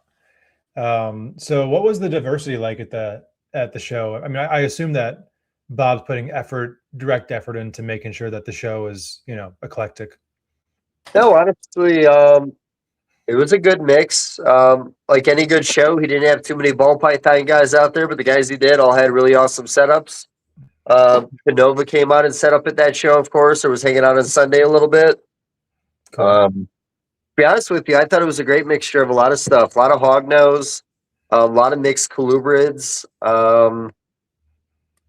Maybe I didn't see a lychee. I saw about everything else. But no, honestly, I think it was a great mix, and he gets really good vendors out there. So, and I think if we talked about this in the past, the venue is a lot like the Tinley setup, to where you pretty much finish up the show, you walk down the hallway, and everyone's at the hotel. So, okay, that's nice. That's always not convenient, dude. Yeah. But what are you guys getting into today? We were talking about Cute Gay Jason. We were talking about Do you remember that guy? Which guy? Cute Gay Jason. Man, should I? He's like, is this a setup question? Should I answer this actually or not? No, like back in the day, like old YouTube, this guy named Cute Gay Jason, he used to just post like a bunch of BCI and like emeralds, chondros, and other random shit, and he used to like bathe with them in his like little oval bathtub, and Okay. Yes, yes, more people. Brian Fish was on the Cute Gay Jason train. Let's fucking go. Let's fucking go, dude. I'm gonna make a fucking shirt. We guys bring back Cute Gay Jason 2026, dude, man. Love this motherfucker. Hey, he was basically what I was telling everybody before I get excited again. Is he was like the most flamboyant gay guy and the most nonchalant about everything and anything when it came to breeding and keeping snakes. Like everybody would just be like, "How are you doing this?" And he's like, "I just love them." And he's like, "It's not hard." And all of these people are like, "You're being a dick." And he's like, "I don't know what you want from me. I just cuddle with my snakes." Dude, I remember he would have like gravid female animals, and he would like take them out of their enclosures and cuddle with them on bed, like in the bed, and be like, she needs to stretch her legs. Like she got a lot of built up energy. Boo boo, you don't want that. And then here's this big, huge gravid boa laying on his bed, and this dude is like this on his bed with this snake. Hey, bro, props to him, man. He bred more snakes than anybody, so whatever, bro. Fuck it. All right. And we got a Chris Rice cosign of Cute Gay Jason too, man. Yeah. Wait, I didn't see that. What did he say? Said, he remembers those videos. He had one of the only live birth videos on YouTube besides Ed. And there were some times, because I would talk, we had like back then it's not like a group chat, but we essentially had a group chat together with like some other questionable people, but he would always just like post video, dude, like, and remember Steven, I was talking about his nails, he would literally be like, he'd be like tickling animals out of the egg or out of the cloaca with his nail, bro. And I would just be like, man, 14 years old, like, more power to you, dude. Between him and watching Viper Keeper, my mom was always like, what pedophile ass shit are you watching, dude? It's like, I love Viper Keeper, but it's like my mom's always like, what are you doing on YouTube? That's so one. Like a real tail, like a real human tail? What? What? On the same. What are you talking about? What? What was that, Dave? Oh, me? Well, you said he used the tail to tickle him on the egg. I meant like, is it like The a fleshy nail. person tail or like? His nail. I don't know if I'm not following, but I don't know. His nail. Oh, okay. I'm sorry. He used his nail to take a Okay. egg out. Fair. It came off very tail. I know a guy that was born with a tail one time. This all sounded very possible to me. So he. All right. Oh shoot! Chris just dropped the link to Jason in the chat. Hell yeah! Dude, I'm telling you right now. If We you gotta go wanna have spam the comments and be like, "We need you back, dude." Bro, I don't know his actual name, but I will do some digging and I will fucking message him and be like, the reptile community needs you again, bro. They need you in drag fucking around with these big ass emerald tree boas in your front yard. That's what they need, bro. While he's blasting PVC pipes and like making fucking, like these animals are literally sitting on top of his car. And he's like blasting PVC pipes with his torch, making fucking perches. Oh man, what a time! What a time, dude. I missed him. I never got any of this once. You know what? That's really unfortunate for you, Dave. And honestly, pretty shocking to be quite. Everyone was just so focused on ball pythons, they missed the whole cute gay Jason wave. Over here, focus on Snake Bites TV, dude. I really liked watching Chewy limbo under Amazon tree boas. It's the same time frame. We just lived in different worlds, apparently. It wasn't in my algorithm, buddy. I was all snake bites. Well, your algorithm, It'll happen. dude, you know, because Wait, man, there were so many cool dudes that just didn't know they were fucking cool back in the day on YouTube. That's crazy. did Lizard Lover ever have a YouTube page? Oh my God, Lisa just asked a really good question, and it is not reptile related at all, but I really want to know. That's so funny. Nobody's gonna get this. I don't get it. I have to look so close at this little screen to see these tiny little freaking words. Are you I on your was phone? wondering if Dave watched the rivalry. I don't know if I don't know what we're talking about. Was that this new show? Lisa, I think he's doing this on purpose. He doesn't know what he's talking about. He doesn't know what he's talking about. Wait, is that the hockey show? Yeah, the gay guy hockey show. Oh, you know what? I saw the preview for that the other day. Yeah, see, dude. That honestly, okay, let's talk about that. Yeah, let's go. Wait, So- I don't know if we should do that. No. We're gonna do this. We're an hour 20 in and Dave's here. We got to do it. Yeah. So it's just my opinion. I played hockey for years. It's just not a very relatable story. I don't. I mean, I'm sure there were some gay dudes, but like the best two of each country gay together, and that's the premise of the show.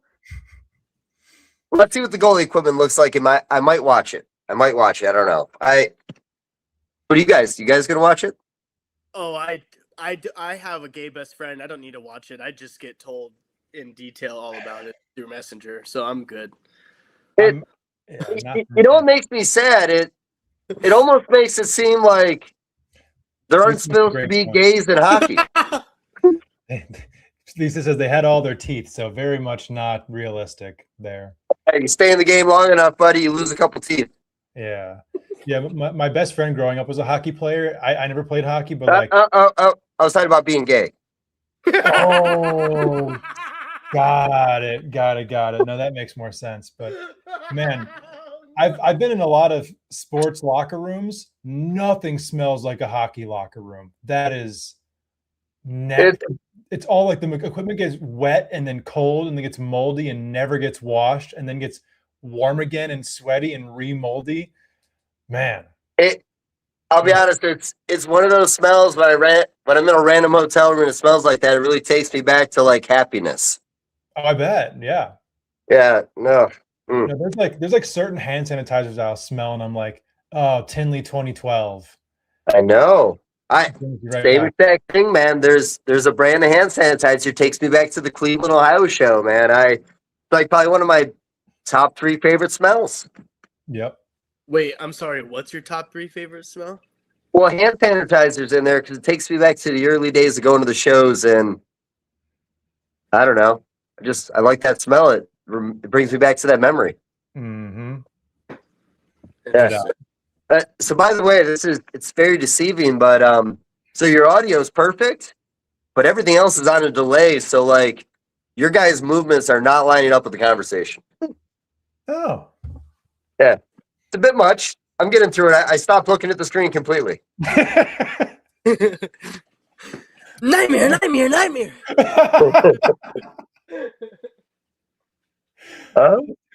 Right now your hands went in the air. That's how long the delay is. what is the audio on a delay or just the video? Audio is perfect. Audio is Okay. perfect. We're talking here. Cool. Well, that's all that really matters at the end of the day, I guess. I'll never forget meeting Dave up for a podcast, and I'm over here thinking he just has this like setup, and we both look at each other, and he's like, "Oh, you got a computer?" It's like I didn't bring it with me for this podcast. He's like, "All right, we're gonna use our phones." I'm like, "That's how you've been doing this?" Gangster, dude. Yeah, I wish I could take a picture of it, but I'm on my phone. Oh shit. What a time. Peak So- professionalism this evening. So back to that guy with that finger now.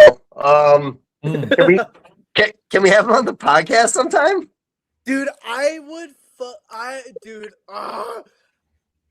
co-host that podcast so fast. You have no idea. There's so many questions I would like to ask this guy, dude. How many? I got a lot of questions to ask him. I don't want to ruin it for everybody, but should we dress up in drag, assuming he's going to dress up in drag? 100%, dude. Oh my god, he would be like, you know what? Fuck it, I'm coming back. We just start sending him snakes again, or if he even still keeps snakes. I don't know, dude. We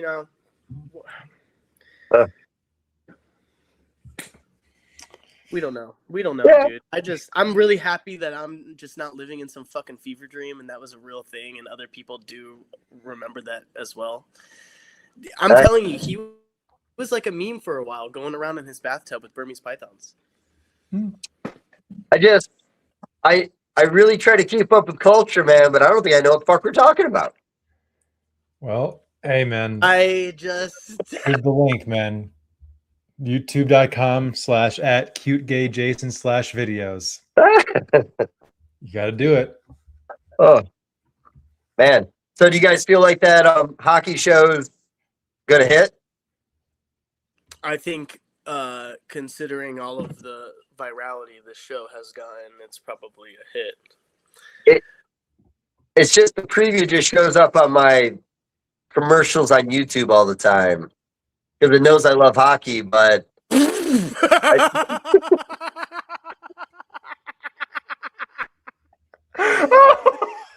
The algorithm never lies, Dave.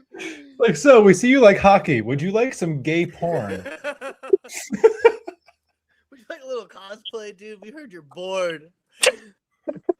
Hey, Yeah. bro, I heard you're really good at hockey and really good at being gay. So yeah. that's a plus, dude. Hey, man, my best friend likes to stay mysterious. So it's like those gay guys always like to be mysterious. So that show has to have some really cool highs and lows, you know? It depends. What country were the hockey players from? Because I think they were Russian, and that's not going to go over well. I think they're in America. Maybe one of them is bilingual, dude. What do you? They have may against- be in America for a tournament, but I think it's an international game, buddy. All right, we're fucking Googling this right now. Shit. Welcome to Trap Talk Podcast. We have all of your greatest reptile information packed into one plus a little extra.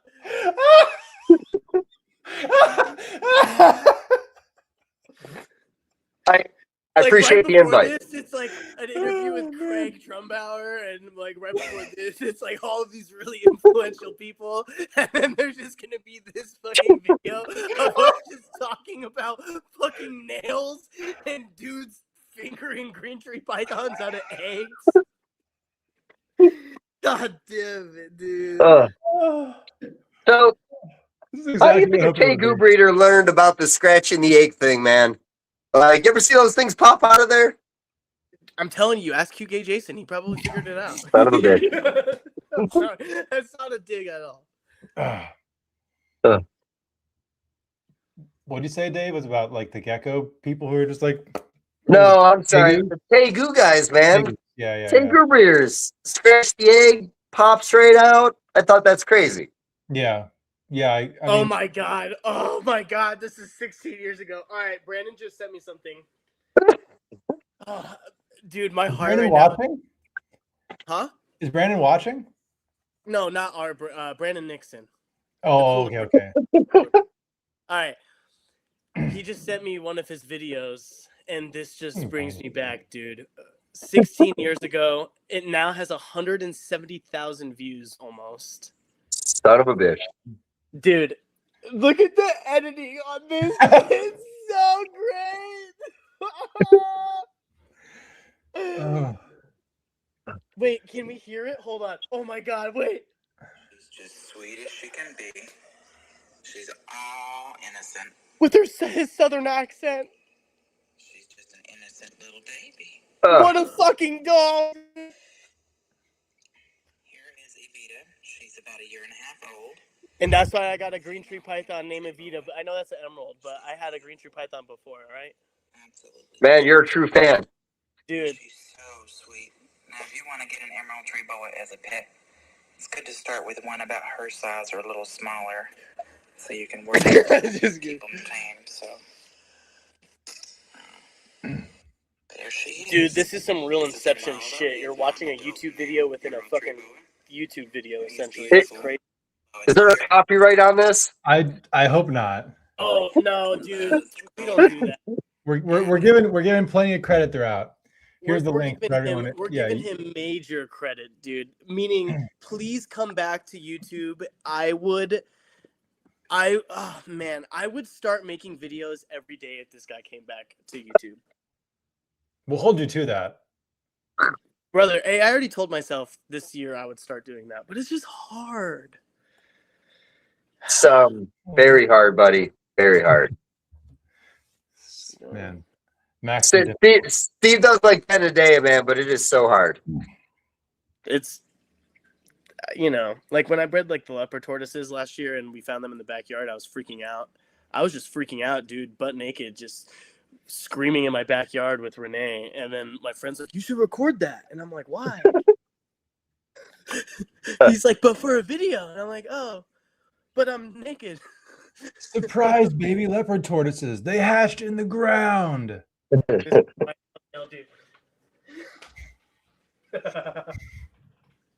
So Trap talk. I was gonna make a star and moon joke, but I could only figure out those two words.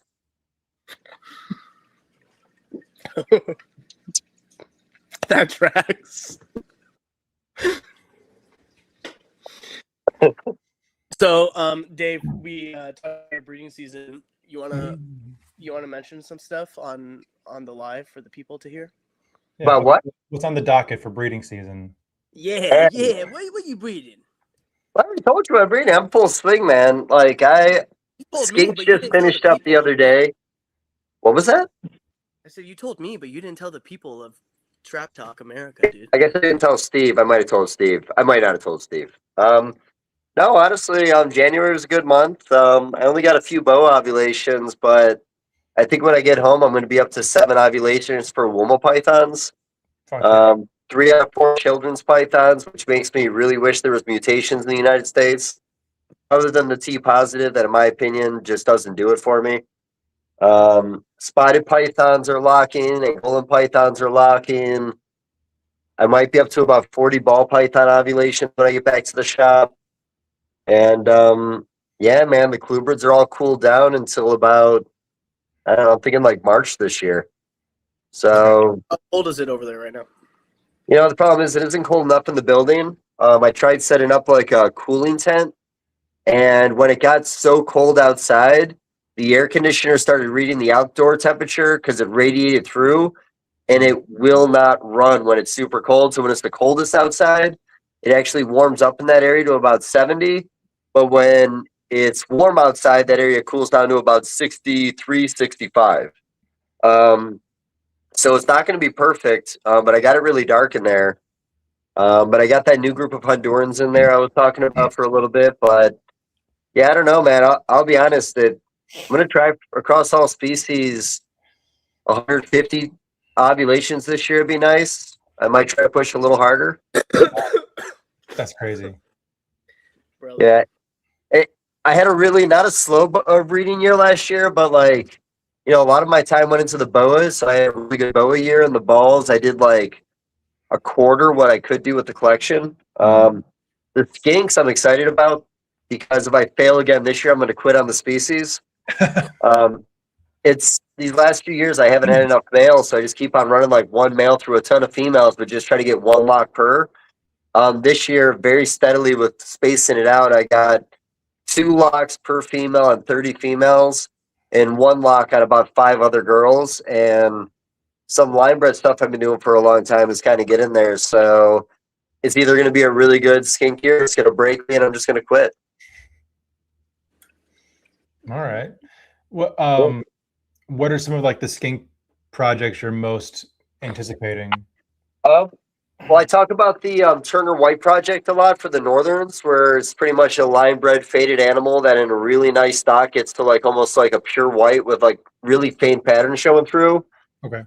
There are other ways to get to a white skink in the community right now. KO has a creamsicle project that looks to be a recessive white project that popped up in James Fenn's collection years ago. Just about to ask if that was if any of that is related to Fenn's stuff. Yeah, dude. So, you know, backtrack that story.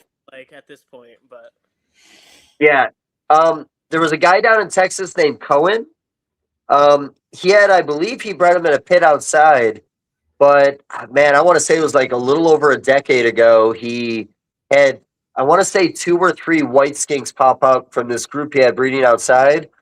Based on the fact that he was down in that area, I'm sure that was just some of Fenn's stock that made its way down there. Long story short, I picked up a male from that project.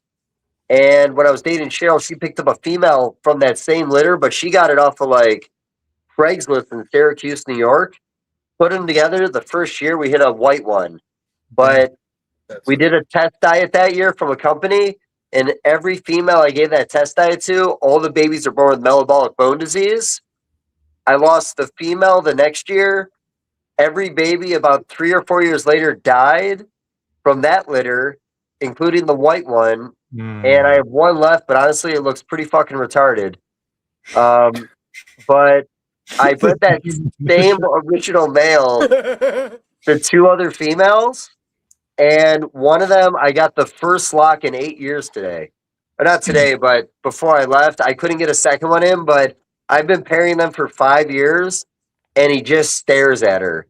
Finally, this year he grabbed her. So I don't know if one lock's going to get the job done, but they're both very light compared to what the parents were. And the one I used for the male is spitting image of his dad that was the original het from Cohen. So I may hit a white one with that. And then again, I have all that Turner White shit going on. But no, I don't know, man. I'm excited. I always talk up the Turner White stuff. I think it's a very underutilized gene in skinks, also because there's none of them out there. Ray Gerge was the only guy who really had good stock in that, in my opinion. And I was lucky enough to get a really nice female, and about everything we did came from that one girl. Okay. But I did about 5 or 6 pairings this year where there was at least Turner White bloodline on both sides. And both the males I used were pretty much completely pale, with just a little bit of color coming through on the banding. We've been mixing like caramel and some of the red stuff in there. And you actually get like peaches and pinks that start fighting through there. So, what was that? For your Turner Whites, do you, is there like translucency in like the nails and whatnot? You know what? Like I'd have to look at my female. I was actually talking with Manny at Tiki, and he was actually asking me eye color questions on some of the ones I think are possible het for that Fen or KO line one that we have. I'd have to look at them. To be honest with you, I just don't have an answer to that. Okay, yeah, because I just saw James recently in November, I think it was, at the Phoenix show. He came up to my booth and hung out and had one of his like white lineage animals, I guess, and he was saying how that animal has like a pink tongue almost with a little bit of blue splotching, almost like a chow chow, like a dog. And then translucent nails, which I thought was cool. But the pattern kind of was still there, super faint, almost like a ghost gene. Yes. So same thing with the one that we produced. I don't know, man. It's either, I think the tip of the tongue is blue and then it fades to pink, if I remember right. Yeah. And the nails must have been translucent, but it was a true white one. When they're born like a peachy, almost white color, kind of little tan after they go through their first shed, and then every shed after that, they lose all their color. After the podcast, I hate to say it, I'll have to send you guys some pictures because again, I don't have the phone in my hand. But yeah, it was a legit animal, but right away it was born with those like floppy freaking arms because of the diet that we fed them, and we nurtured the hell out of that thing for years. But I don't even think we could have bred that thing, to be honest with you. Damn.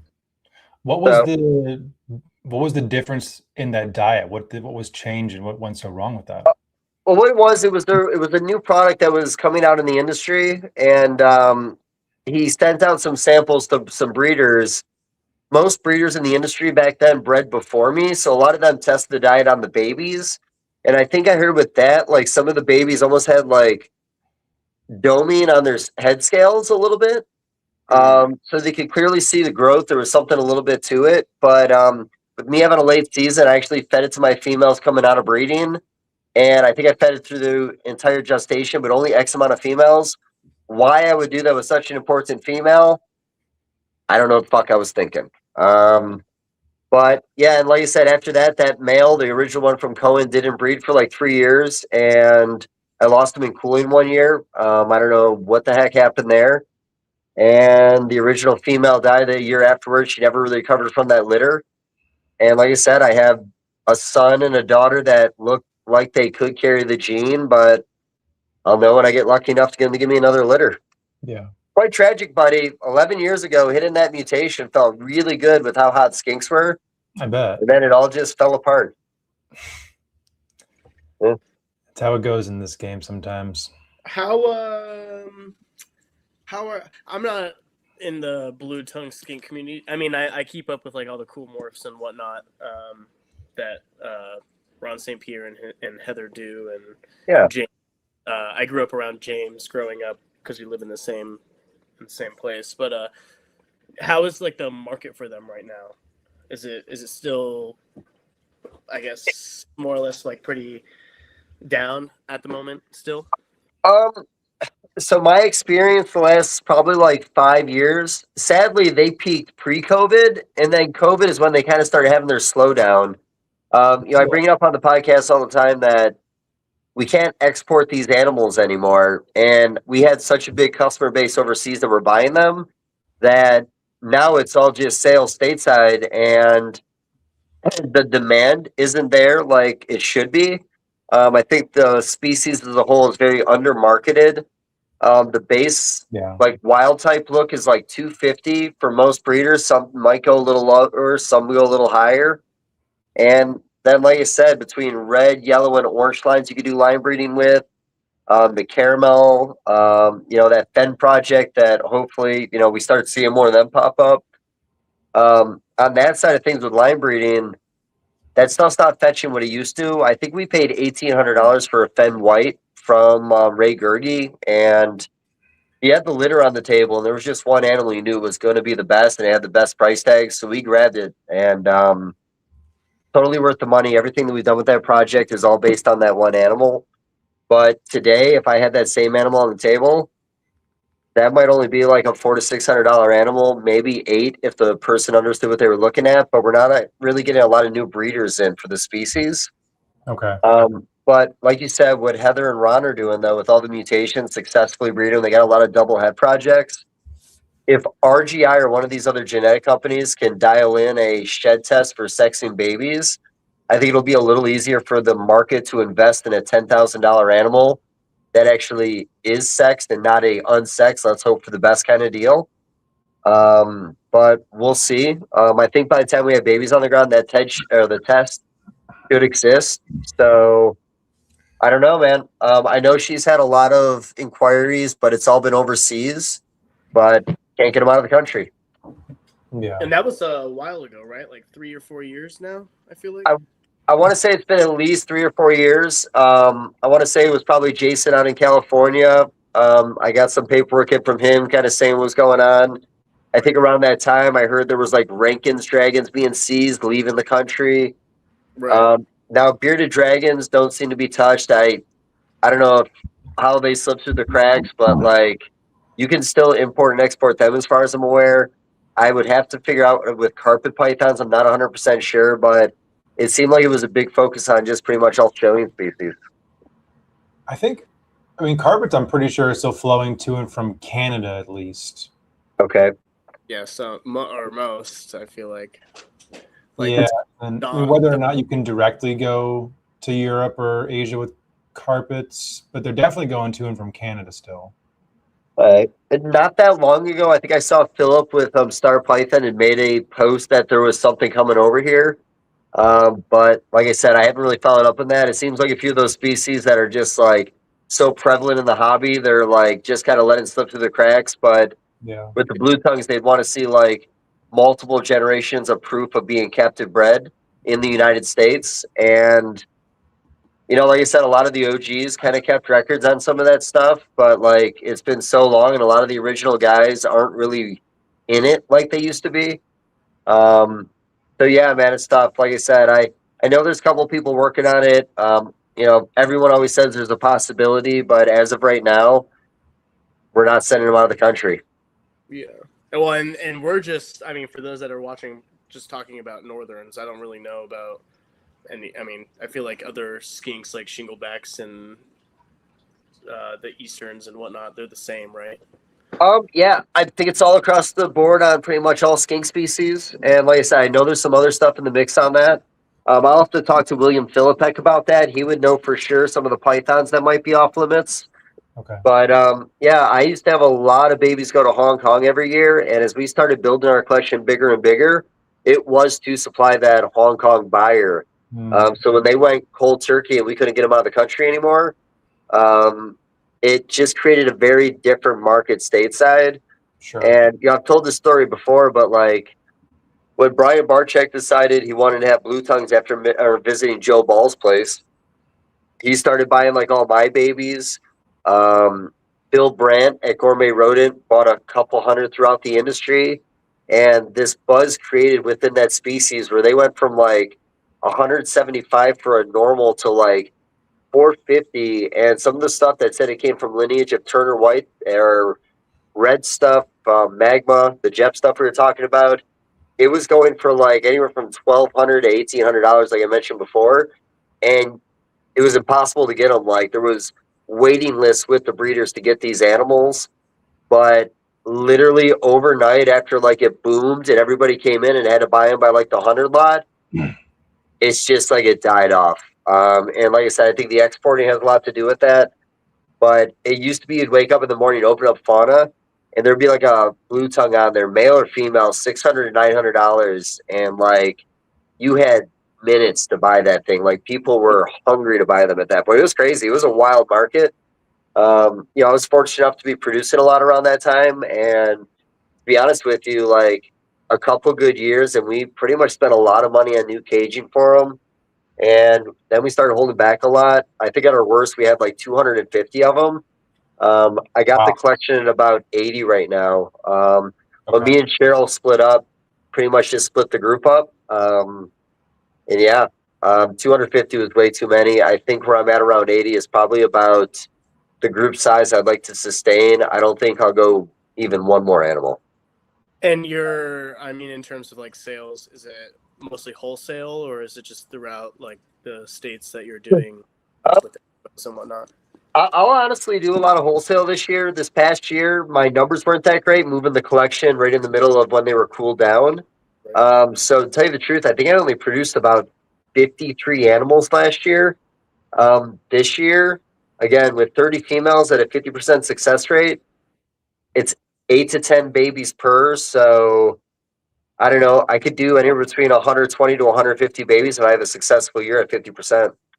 And how much, I guess, how many of these pairings that you're, I guess, like looking forward to in terms of like quality rather than wholesale quality? If that makes sense. So here's the problem with that. To be honest with you, one of my 4 racks are kind of the lower end, where everything else is all these, like, in my opinion, higher end animals, or at least project that put a lot more time into. That you necessarily price for higher.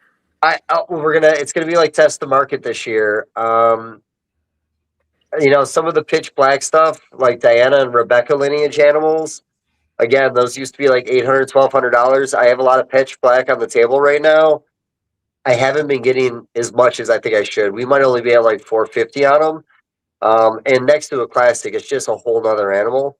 And these are like pretty nice pitch blacks.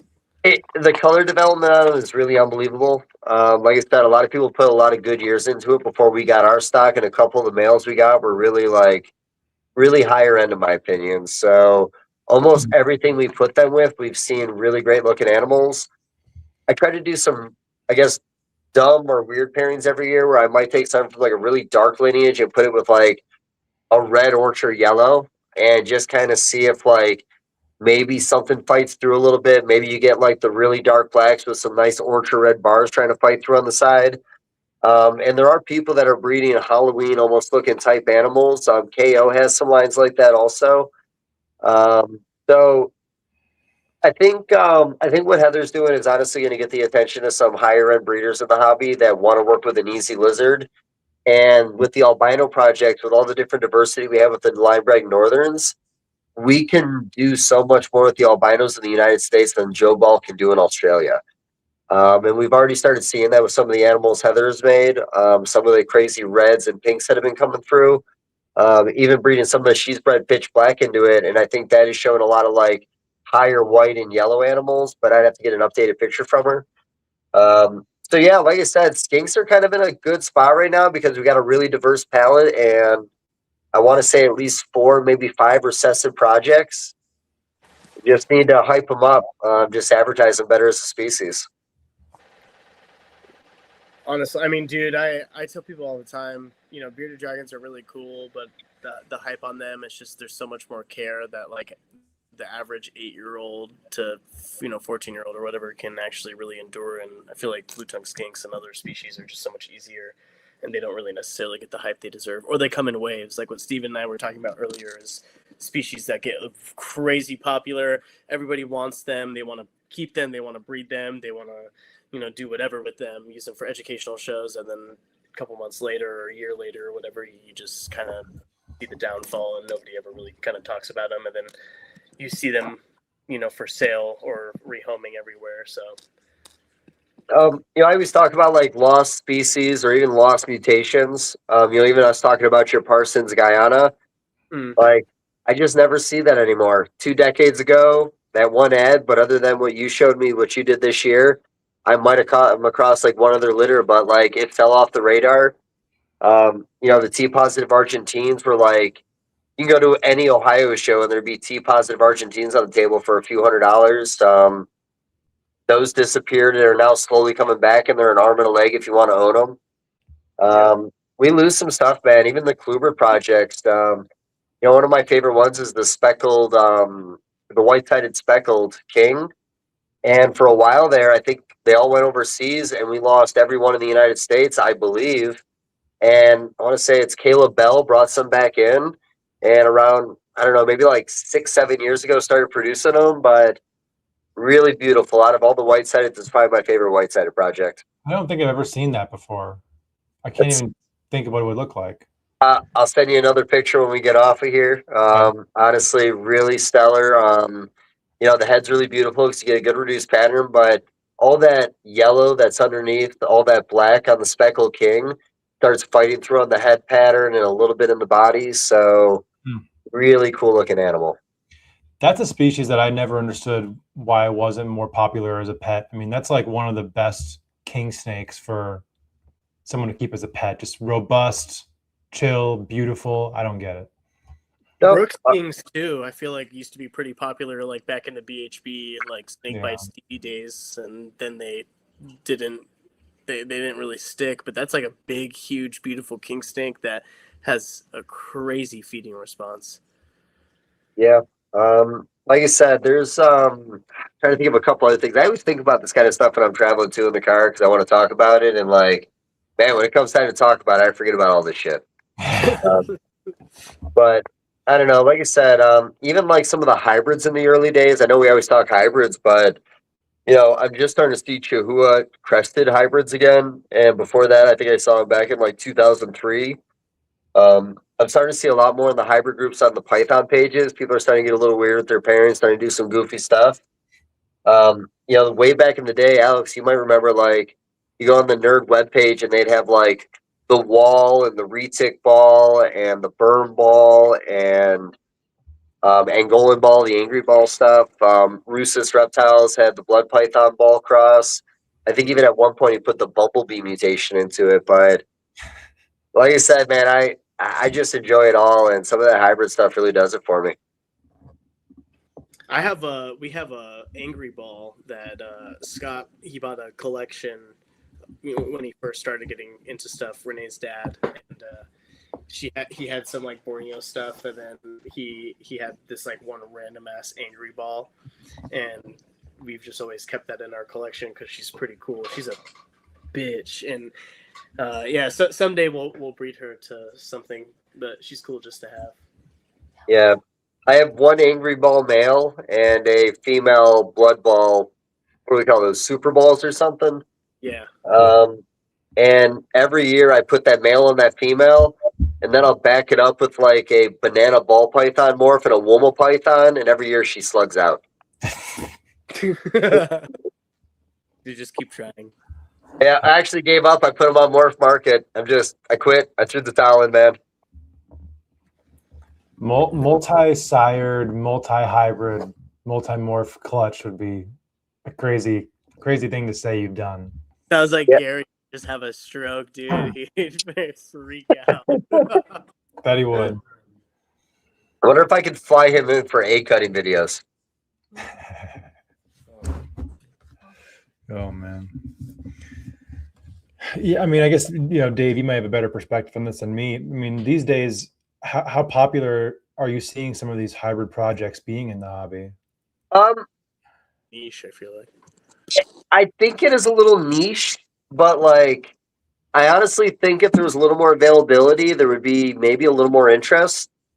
You know, the one guy overseas that has the bat eater. I think that's the hypo berm retic, if I know right. That thing's unbelievable. So many stateside started making those like weird mossy like forest green animals. Like, I think there would be a buyer for it. I think there's a buyer for anything. I mean, how many hybrids would be too many hybrids in a single season? I mean, if we talk like 10 clutches a year, that's not that many animals for how big this market is for people that might want something odd in their collection. Yeah, no, for sure. Just to say that they have it, you know what I mean? And hopefully they'll breed it a little bit too. Yeah, I think that some of these retic Timor morph hybrid crosses are going to start to get out of control in the next like year or two. I knew that was coming. They don't look Timor at all once you get the morphs into them, really, like to the untrained eye. They just look straight up like weird retic morphs. Are people using the dwarf retics for that or the mainland? They're using, I think both. Yeah. Like Melissa, the chick that's in Southern California, her and Reptile Factory, the Stolise brothers, they used the Madu Pure Super Dwarf, like Annery Madu or what. I could totally be wrong. I'm not a retic guy, but like I'm seeing some other retic people with like 35 whatever percent Timor. Purple albino, sunfire, tiger, something. I'm like, I'm gonna ask. Listen, that's I'm pretty sure like the first couple of Timor crosses were through super dwarfs, but Yeah, sure yeah. But now they've been morphified. like big, dude. Yeah, no, those are definitely neat. But I'm like, man, I hope you're not using female Timors to do this, because that would be disgusting. Why do you say that? Just because Timor pythons are like still so seldom bred in captivity. Like if there's a clutch a year, it's an accomplishment.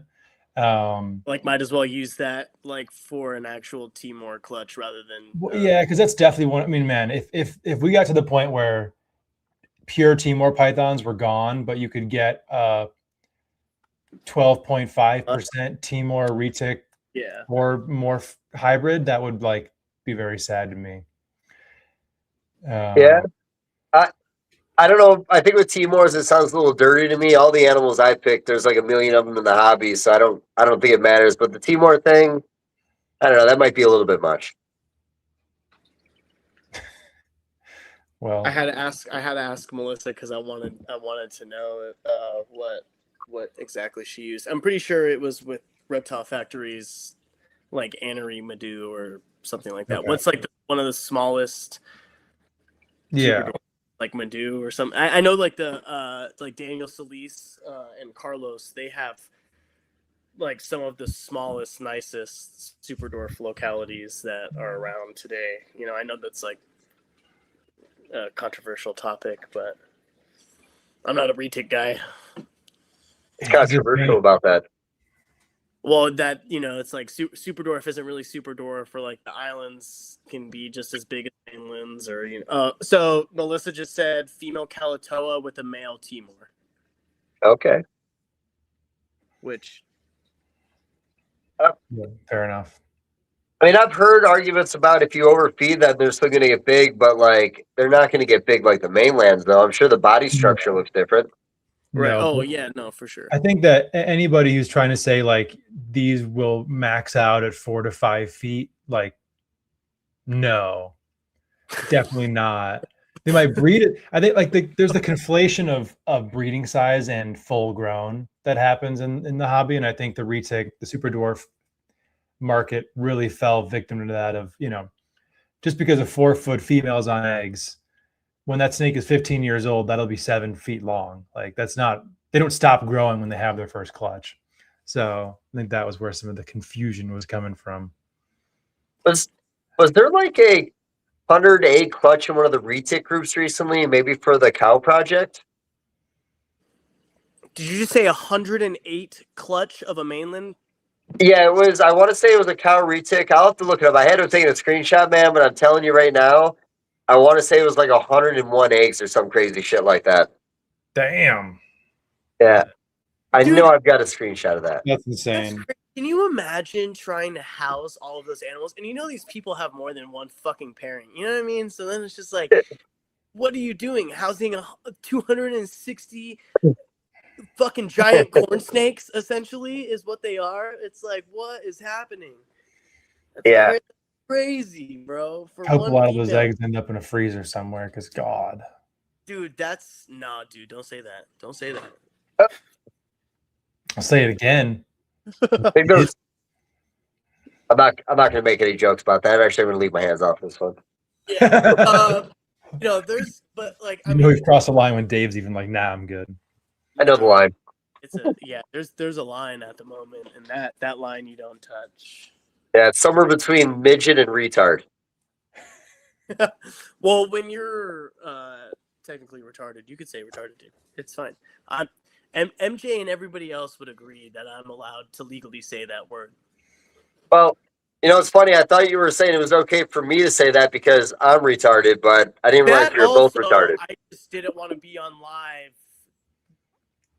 Oh, stating that, you know. I mean, I'll be honest with you. I'll talk to you about being retarded. All right, let's do it. We're 2 hours deep. It's time.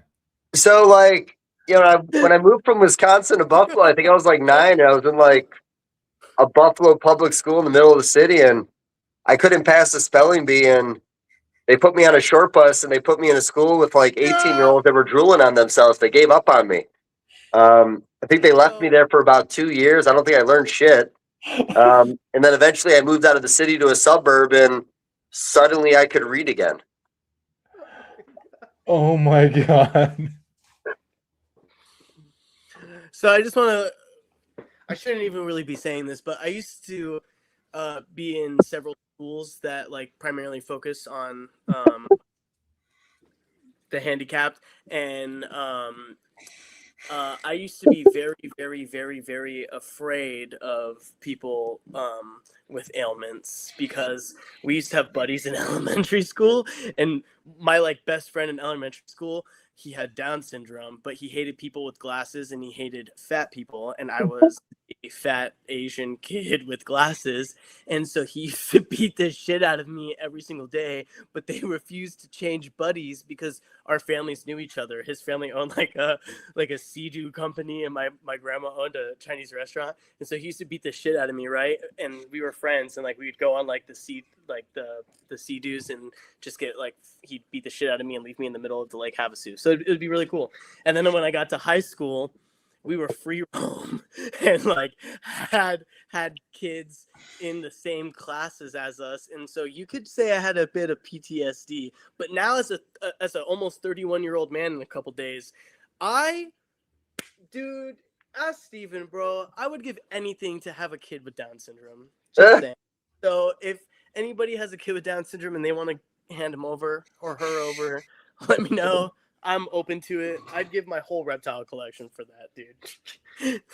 Look, and I'm just going to go on record and say this. There are times where I repost on my Instagram people with Down syndrome, and I have gotten comments like, oh, you're so insensitive. No, bro. I am for these people, brother. You know, you hear about people being a part of the legitimate quad community. I am for the Down syndrome community. Dude, my life would just be so much better if I had a kid with Down syndrome. It would be the best, because I'm pretty crazy, and I just would love my child, my little half-breed Asian child, to have Down syndrome. It would be the coolest thing ever, dude. It'd be great. I'm just saying, for the record. So it can't just be a kid with Downs. It's got to be an Asian Down syndrome kid. Well, I'm Chinese, bro. What do you want from me? I don't know. I mean, when it's adopted. Wait, hold on. No, it could be any Down syndrome kid. But my kid is probably going to be a half-bred Asian Down syndrome kid. Okay, I thought we were talking about somebody dropping one off on your doorstep. You're going to make one. No, dude. No. I wouldn't make.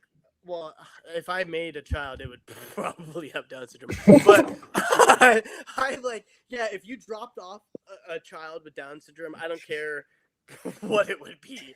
I just want a little baby with Down syndrome. Well, dude. I don't want to say I have the recipe, but I hear Tylenol. I'm done with this.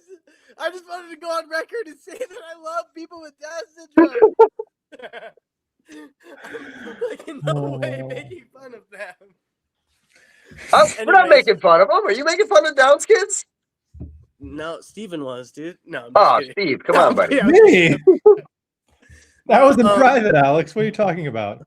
So Reptile, yeah, he made fun of me in private. It was really sad, dude. He calls me. Yeah, no.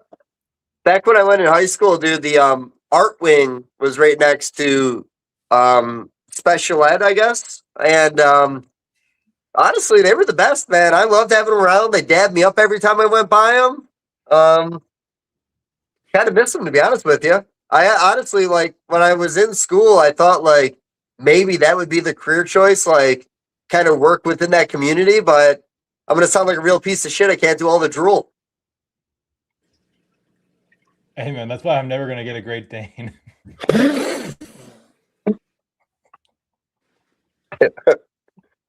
Yeah, plus they only live for like 7 years.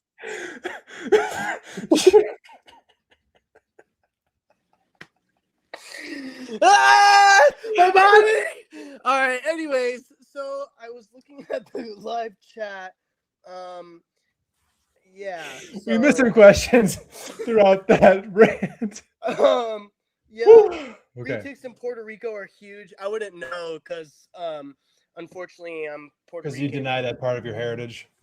Yeah, no. Unfortunately, no, not unfortunately. Actually, fuck that, dude. Fortunately for me, okay, I am a fucking top tier Mexican, which is Puerto Rican, all right? And Mad Boy Reptiles over here has instilled that great honor within me. And now, dude, I'm just as proud to say that I'm Puerto Rican as I am Chinese, even though I wasn't really proud to tell people I was Chinese in the first place. I don't know if that's true because every time I've ever met you, you brought up being Chinese. Well, that's because people go, you look like you fucking hopped the border. What's your last name? And I got to pull out my ID and say that it's Huang. So Yeah. I got to, rip the Band-Aid off and tell people that I'm Asian. Do you remember one of our first interactions outside the Hotel Pomona? No, because I was probably under the influence. So You probably where you came up to me and like, you just seemed a lot cooler than me the way you were acting. Like, I thought you must be important. And then you're like, oh, you're that dude who does those 4th of July videos. And then you like chuckled a little bit and walked away.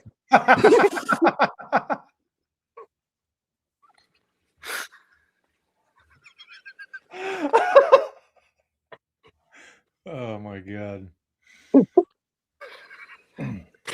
But that's like the biggest compliment ever, because now that you know me, you know how crazy I can be behind closed doors. And so it's just like, you're who I aspire to be like, publicly. Just this great, I like you said that because that segues into the third time I met you and you told me I might be autistic. Wait, hold on. Before I'm doing this right now.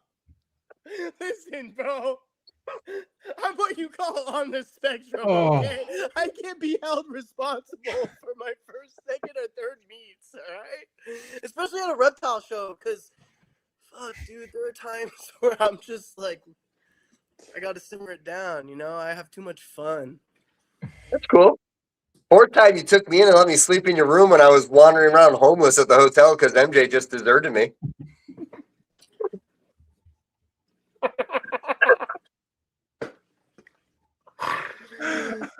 It's funny because you told me you were Asian, but then I walked into a room full of Puerto Ricans. Hey, homie, that's just how it is, way. I'm playing. Oh my gosh. That was a fun Pomona though, because one of my favorite flexes I think I've ever had is after I left your room and left everything behind and had no phone and no idea where you were because I didn't look at the number on the door. I fell asleep out in a chair on the grass, and Dan Sutherland took a picture of me and posted it on Facebook, and I knew I finally made it. Hell yeah.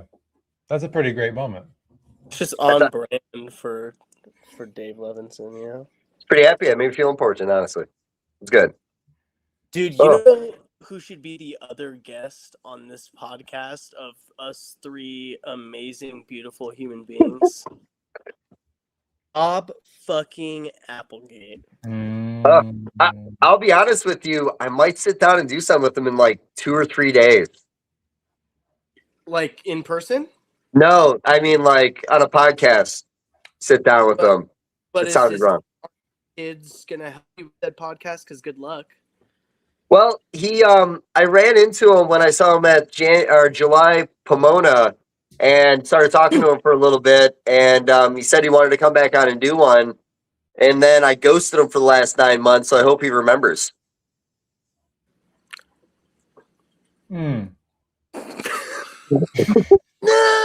Wait, does he know the podcast is planned? Well, it's not that he knows. He's actually, there's been people that know him that have actually contacted me saying, you brought up this podcast to him and then you ghosted him. Yeah, so I think he really wants to do it if he's telling 1 or 2 people. Good point. Yeah, I should probably give him a call. Probably so. Another thing to do. Yeah. Well, sometimes with this stuff, I just assume if I call you, you're just going to come on like 15 minutes later, like when you contact me. But I don't know if it's going to work that way with this one. It's not going to work in many ways with that one. I cannot wait to listen to that. He is one of my favorite human beings to exist in this weird world. No. Yeah, you were talking Bob Applegate stories when we were hanging out in Arizona last time. And yeah, man, I want to be around that. You know, I just under the influence or not, it's always just a pleasure to soak in all of the knowledge and things that he has to say. It's honestly crazy, dude. You know, Take it all in. I just, in all aspects, it's not just reptiles. He's a man with a wealth of knowledge that just really, really understands many aspects of life, and he'll teach you about them. Yeah. You just got to ask. You know what I mean? It's really cool. It's a cool feature. A lot of older guys, they don't really want to teach you things anymore. But this guy always really, really willing to teach you. I think it's really great. It's fascinating. It's a peak performance of our hobby. So with that being said, Oh my god. This year we have a couple of tour dates happening. Everybody who's watching, I don't know how many people are watching, 10 or something. We will 4. all be... 4? Oh, I don't know. I can't tell the set. I'm on a phone. I'm just fucking around. We have 13 at the moment. Wow. But we had more earlier. Now we're 12. Someone said, "Oh, no, you don't." To the 13 of you, I love you. Okay. No, 12. 12. To the 12. Well, to the 13th person that just left, I'm gonna go cry in my bed after this. Yeah. But no, we're gonna try to be in Daytona for sure. 50th year of IHS. That'd be pretty cool. Pretty cool. So hopefully we'll all make it, and we can all attach snakes to our ears and nipples and take a selfie for IHS 50th year anniversary. That's a good representation of where the hobby's at. Hey, brother. You know what we Buckle really up, need? because it's 2026. Dude, you know we really needed IHS. Dude, We had to get QK Jason out to IHS. Oh. I think, listen, dude, I'm not like a powerful entity. I don't even know how to fucking work YouTube. I barely know how to work this app that Steven sends me a link to. He's a 7-year-old man that, was just given a new phone. But I think one of you that is watching, or maybe multiple of us, should message that account if it's even still active, and or one of us needs to find his government name so we can then find his Facebook and then be like, dude, please go on the podcast. Even if you don't keep reptiles anymore, I just want to know how you bred emerald tree boas in a bathtub. That's fair. I've been really wanting to get Tiger King on at some point. Is it too late for that? That was so 2020, bro. The thing is, yeah, maybe, but it's probably a lot easier to get him now. Yeah, I think he'd be happy for a phone call. Yeah. Oh, I think he would. Yeah, he would do. Big brain, Steven. Big brain. You wait till the hype has gone down. Well, I mean, not necessarily wait, but now that it has, he's like, I need a platform to get my message out so Trump can pardon me. And you'd be like, hey, man, this is it. We're going to do it for you. Did you guys watch the Danny Mendez, right after Tiger King came on, he got arrested? He got an interview with him? No. Yeah, from prison. Right when the hype was just starting, man. I don't think I watched it because, I just couldn't do that to myself. But loved the show. Man, what is Danny Mendez doing nowadays? Just being a horse guy? Oh, that code? No, is he like some stable dude? Oh, I don't know, man. I thought he did educational stuff, like show and tell.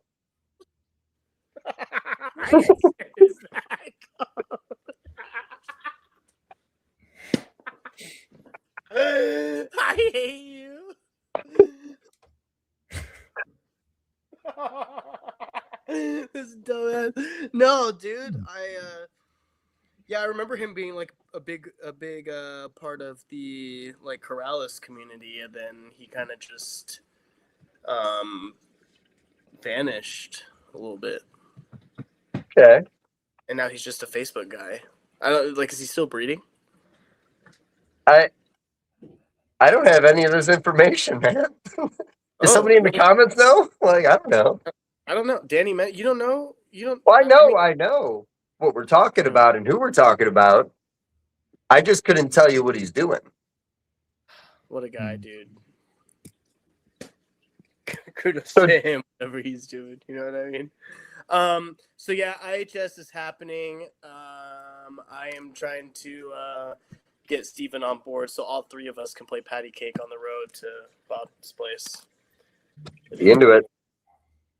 I'm just like not like truly a fan of herping with like over 100 people on one stretch of road that there's nothing on, so I would prefer to.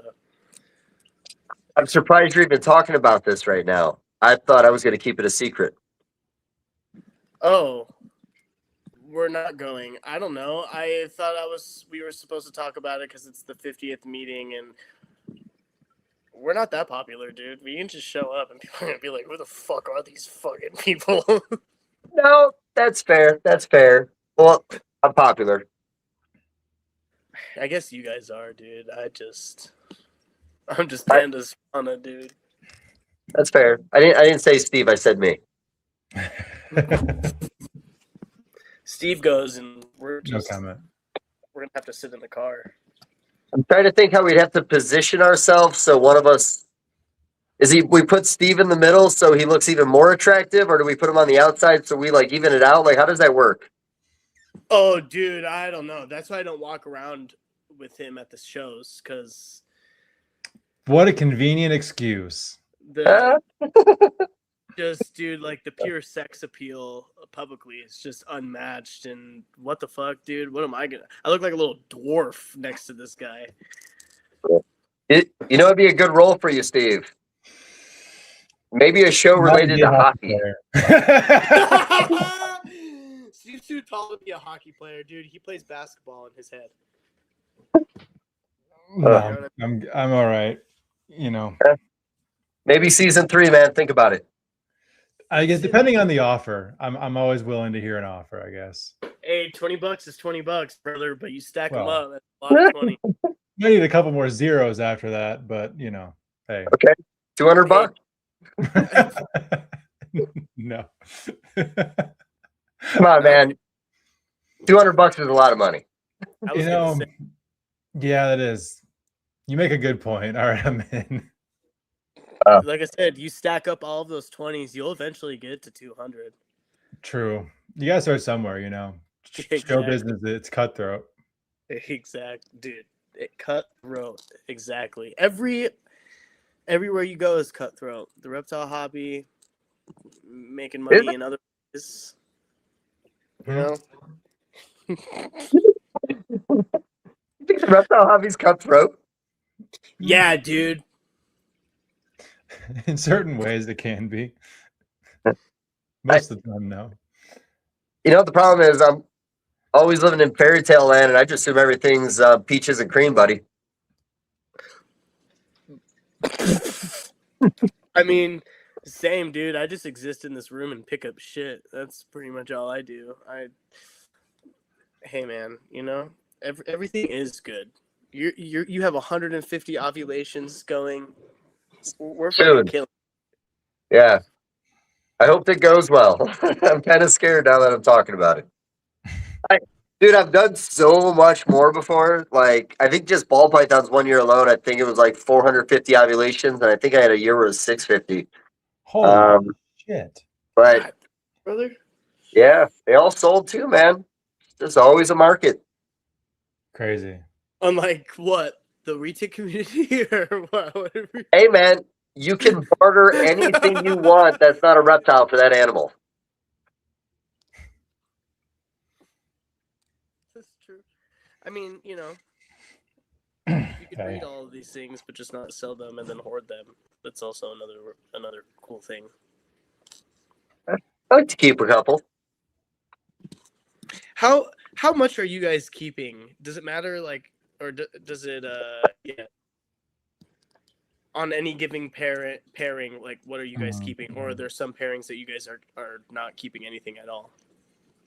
I'll let Dave go first. You want me to go? Honestly, dude, it just depends on the quality of the baby. I think for last year, I think I mentioned I held like 18 boas back. Just all stuff that I think I started with like 8 holdbacks and it turned into 18 just because of the color development. This year, I think my big holdback is probably going to be blue tongues. I might not hold back a single boa this year, so kind of comes in waves with the Wolmas. I did a lot of first time pairings, so like if there's something in there that makes sense to line breed in the future, I might hold back. Probably be willing to hold back 10 new ones of that if I have 10 quality animals. But I had one holdback female Wolma left this year, and I took it down to the Southeast show and ended up selling it. Having all these ovulations, as much as I liked her, like I had other ones that looked like her, so I cut her loose. Steve? Yeah, I'm similar boat. I mean, obviously with many less clutches, but depends on the clutch. Some, I mean, I had one I kept everything back from last year. It was a small clutch, but then I feel like I like to be in a position where I'm not producing any clutches that like I definitely don't want to hold anything back from. But you know, I feel like if I can justify keeping fewer, I generally prefer that. So at this point. Ball python wise, you know, last year I did a lot of pairings because I was building for the future. And man, when you're building for the future and you hold back the 2 good ones, you got like $20 left. And that's just not a business plan. So I'm going to kind of go back to a little more focus on some of the pet market stuff with that and get back to some of the old goofy stuff you don't see anymore. But yeah, no, I'm not going to produce as much with the intention of holding back anymore with that species. Sure. I've got plenty of new stuff coming up at this point.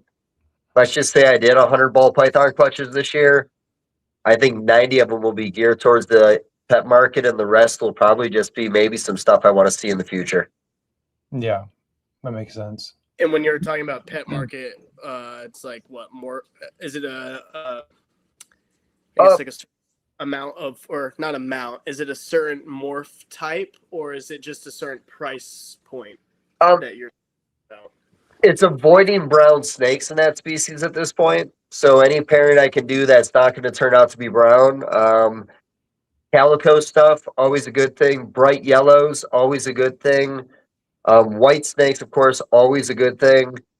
Busy patterns. You know, I got a table right now. You know, we made that joke about $20 is $20, but you know, I've sent you the picture. I've set up full tables of like double head, triple head males, cinnamons, mojaves, really simple stuff, and $20 a piece. I'm happy to sell them at that, but that's not a business plan. Like that's byproduct stuff, like I was talking. So, you know, I like the $120 to $250 range. And if it's a pretty animal and you go back and start doing stuff that we did years ago, it flies off the table, man.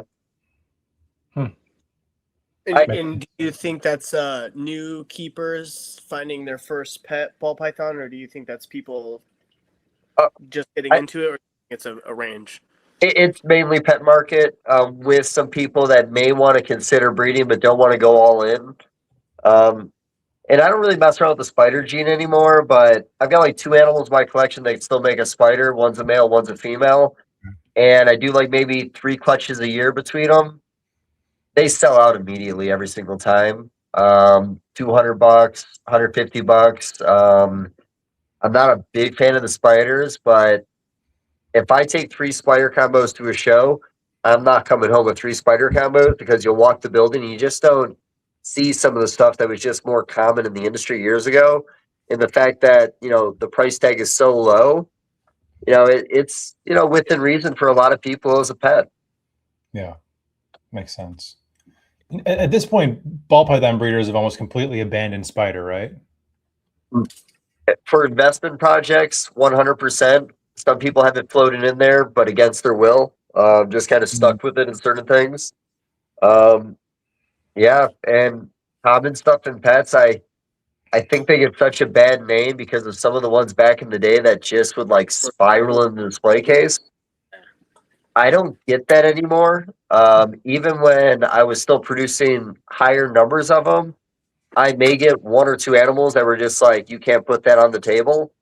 But man, you don't get that wobble like you did in the early days. And I don't know what the reason is because, it's all skull development issues with that, ear canal problems. And I don't know if something has happened where it's developing better now, but I don't get the wobble like I used to. Interesting.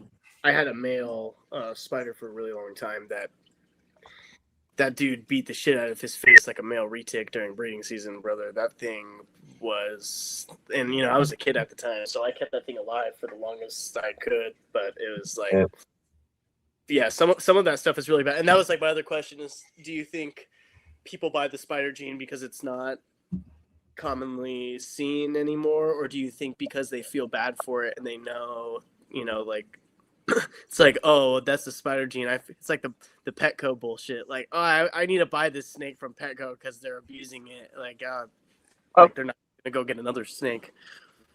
So, there is a balance of people that shows that they're understanding what that mutation does. But to be honest with you, there's so many new people coming into the hobby, especially when you're at the trade shows. Spider combos are just nice. They're brighter. The pattern's really unique. Bumblebees for the longest time was honestly one of my favorite combos. I just think spider combos look really good with lesser pastel, calico. I don't know, man. Like I said, I have a couple pairings. I still do it every year. Every time I make these animals, they just shine compared to the stuff around them, and they just sell. I think they're nice looking combos. Do people still do Jag, right? Jag the retics? Jag carpets, I think you're thinking. Both. Well, yeah, I was gonna say both, right? Because there's Jaguar retic or something like that, right? Yeah, they're neuro too. Yeah. So it's like essentially like the same thing where Jaguar, carpet python, Jaguar, the Jaguar retic, and then the spider gene. It's like all pretty much the same. Yeah, and the champagne sometimes can be a little wobbly depending on combos. There's a bunch of genes on the wobble complex. Allelic genes on the wobble complex is like spider, chocolate, blackhead, champagne, spot nose, hidden gene Woma, and I want to say I'm missing one mutation more than likely. So there's a lot of animals on that wobble complex that when you put them together, like if you make a champagne spot nose, that thing is extremely wobbly. Hidden gene Woma spot nose looks really bad, but spot nose chocolate does just fine, even though they're allelic. So yeah, some of the pattern mutations on the wobble complex, when bred together, are making extremely wobbly animals. But the color mutations on the wobble complex, you don't get the wobble. Got it. Yeah, ball python facts. I even know, man. Hey, dude, I don't know. People shit on ball pythons, but at the same time, it's like the majority of the people that, a lot of the people that are in this hobby got into it because of how cool and pretty ball pythons were. So I feel like, if anything, we have to thank ball pythons in a certain way.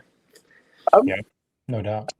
They're always going to be a big part of the hobby, and they're always going to be a big part of the pet industry. But people come to the shows looking for different things. Alex, I can't pronounce it. What's the locality that the Anery rosy boa is? Starts with a B. Starts with a B? Yeah, it's like B-O, Barag, or I'm saying that wrong. Barong? No? What? Localities of rosy boas. There's an aneurystic mutation. You know where they come from region-wise? Or I think Borrego? Borrego, that's the word I was looking for. Yeah, I couldn't remember for the life of me. But I had one for a long time. Couldn't spell it for shit. We talked about that earlier with the short bus conversation. Had it on my table, a female I've been raising up for like 6 years, never found a male for it. Thing was like bright blue in the display case. Put it out for $600 and sold it at the show. I had a couple come over and they just stared at it over and over again the whole day, and they just finally had to have it. I think that kind of stuff really goes a long way. Just like diversity still is big for people. But that really true entry level guy does still go after a lot of ball pythons. Yeah. And do you think that that's still, both of you guys, do you think that's still acceptable? Like, do you think that there are other species now that we have worked with so much at this point where, like, it doesn't always necessarily need to be ball pythons? And I'm not talking about, like, a corn snake or a king snake, but, yeah, like, do you guys find other species, like, do you guys find yourself recommending other species outside of the ball pythons, regardless if that's, like, what their starter animal was in their head? Yeah. Even Like, past huh?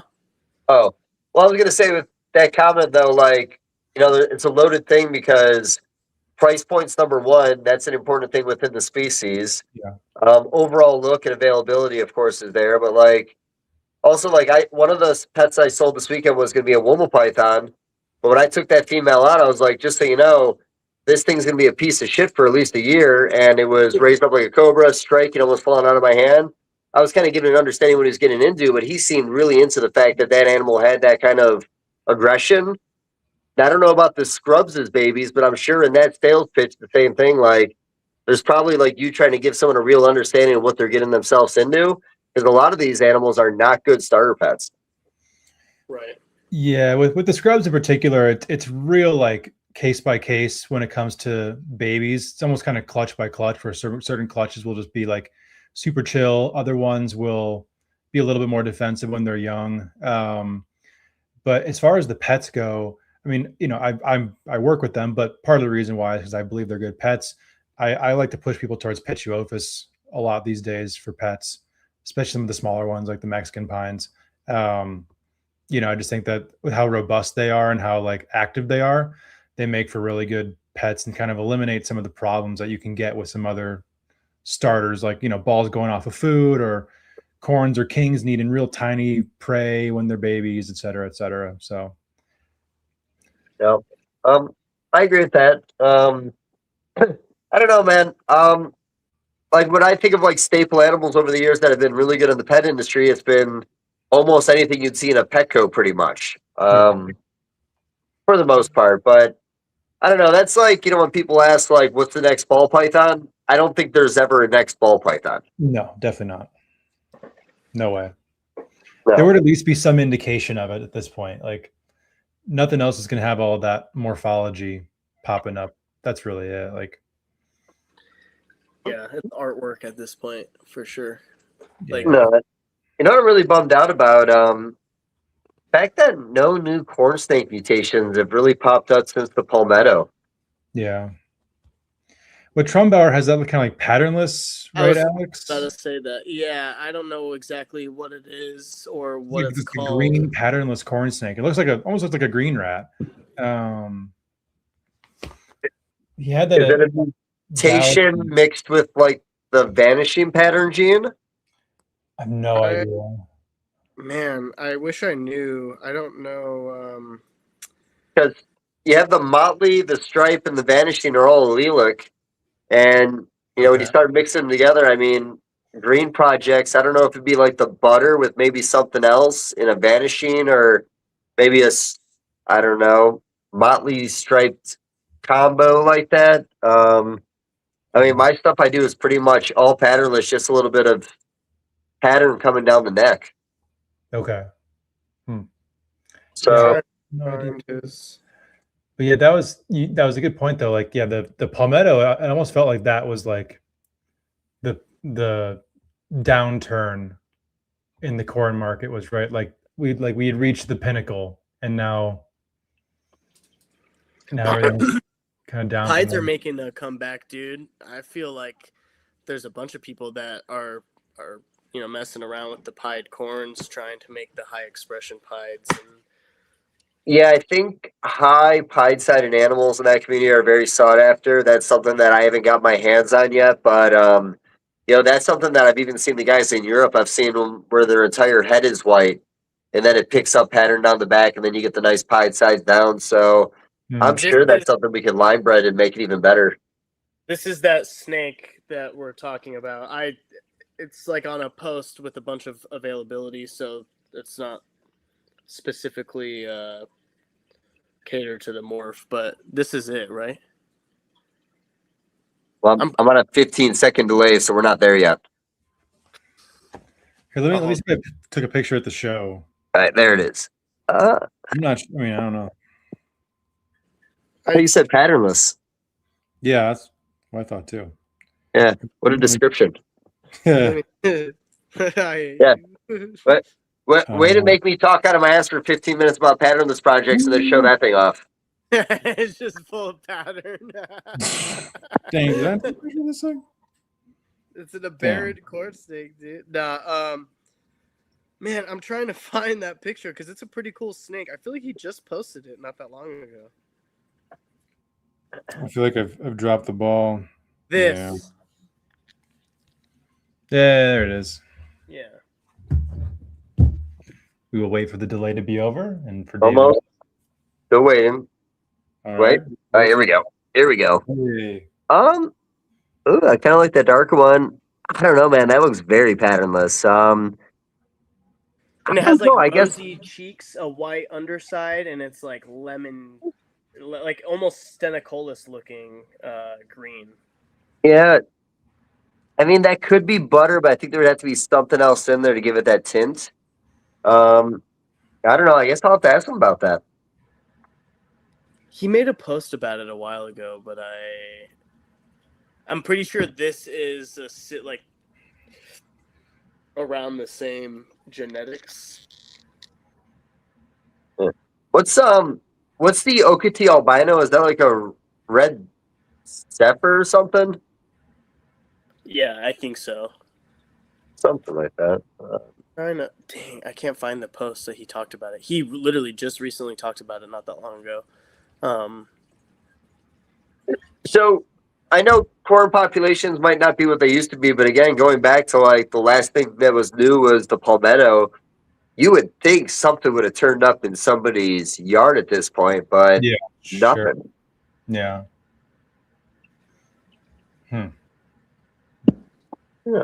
Apparently that is pure gutata, and everybody thinks it's a triaspis, but this is another picture of it that's a little bit better, I guess. Don't wait on me, guys. Enjoy the picture.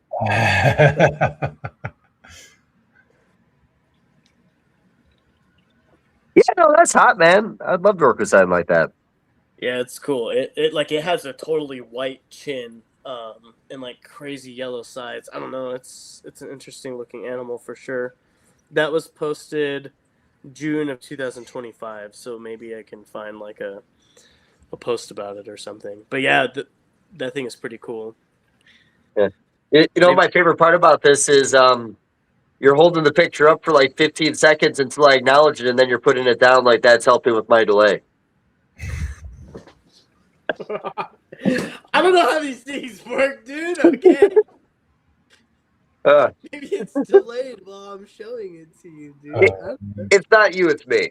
And my screen is perfect. You guys spot on with volume, but you're like, again, 15 good seconds. We'll blame it on your Wi-Fi. Well, dang. All right, guys. I'm going to go climb some rocks.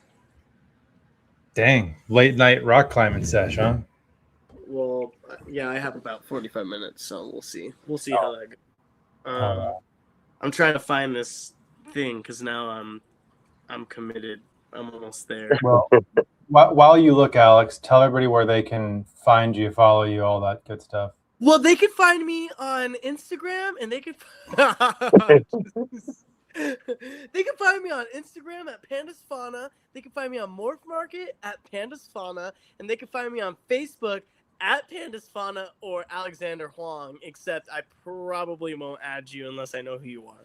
With that being said, girl, clock it. You feel me? Type shit. You feel me?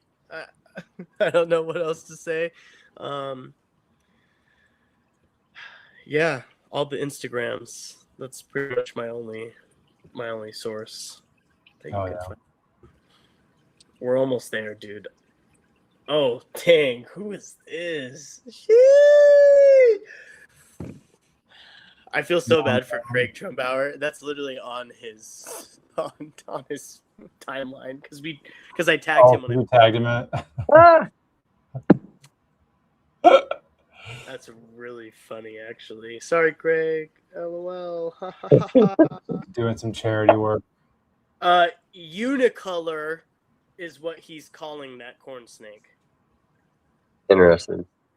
And he Cool. is letting that morph go. Like, he's not holding it back and keeping however many he's been selling them, I guess.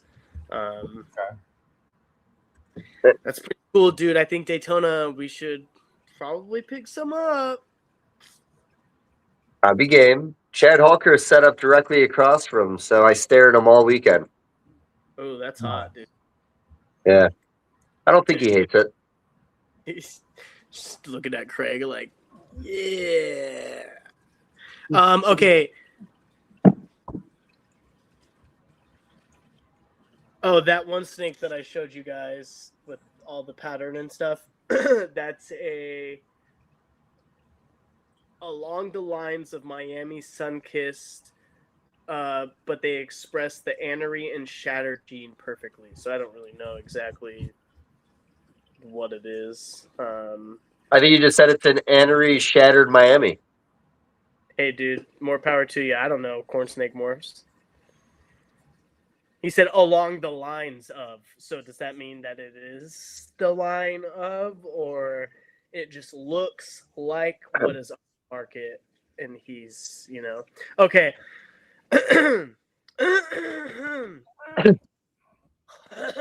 This is the post that he made in June of 2025. He said, well, let's stir things up a bit with some cleaning day pictures. These are quick pictures of what I refer to as unicolor corns. They're pure corn snake genetics. I personally find these unique and remarkable. How chromatomatophores and corn snakes can produce colors like green and blue is fascinating to me. I'm not sure what Lee Abott calls them, but these originated in Lee's collection out of multi-gene combination with pair of hets gifted to me by Lee. For the naysayers, all I can reiterate is that I don't have a problem fast-forwarding gene combinations. We don't make these genes. We just push them together a little faster than nature does.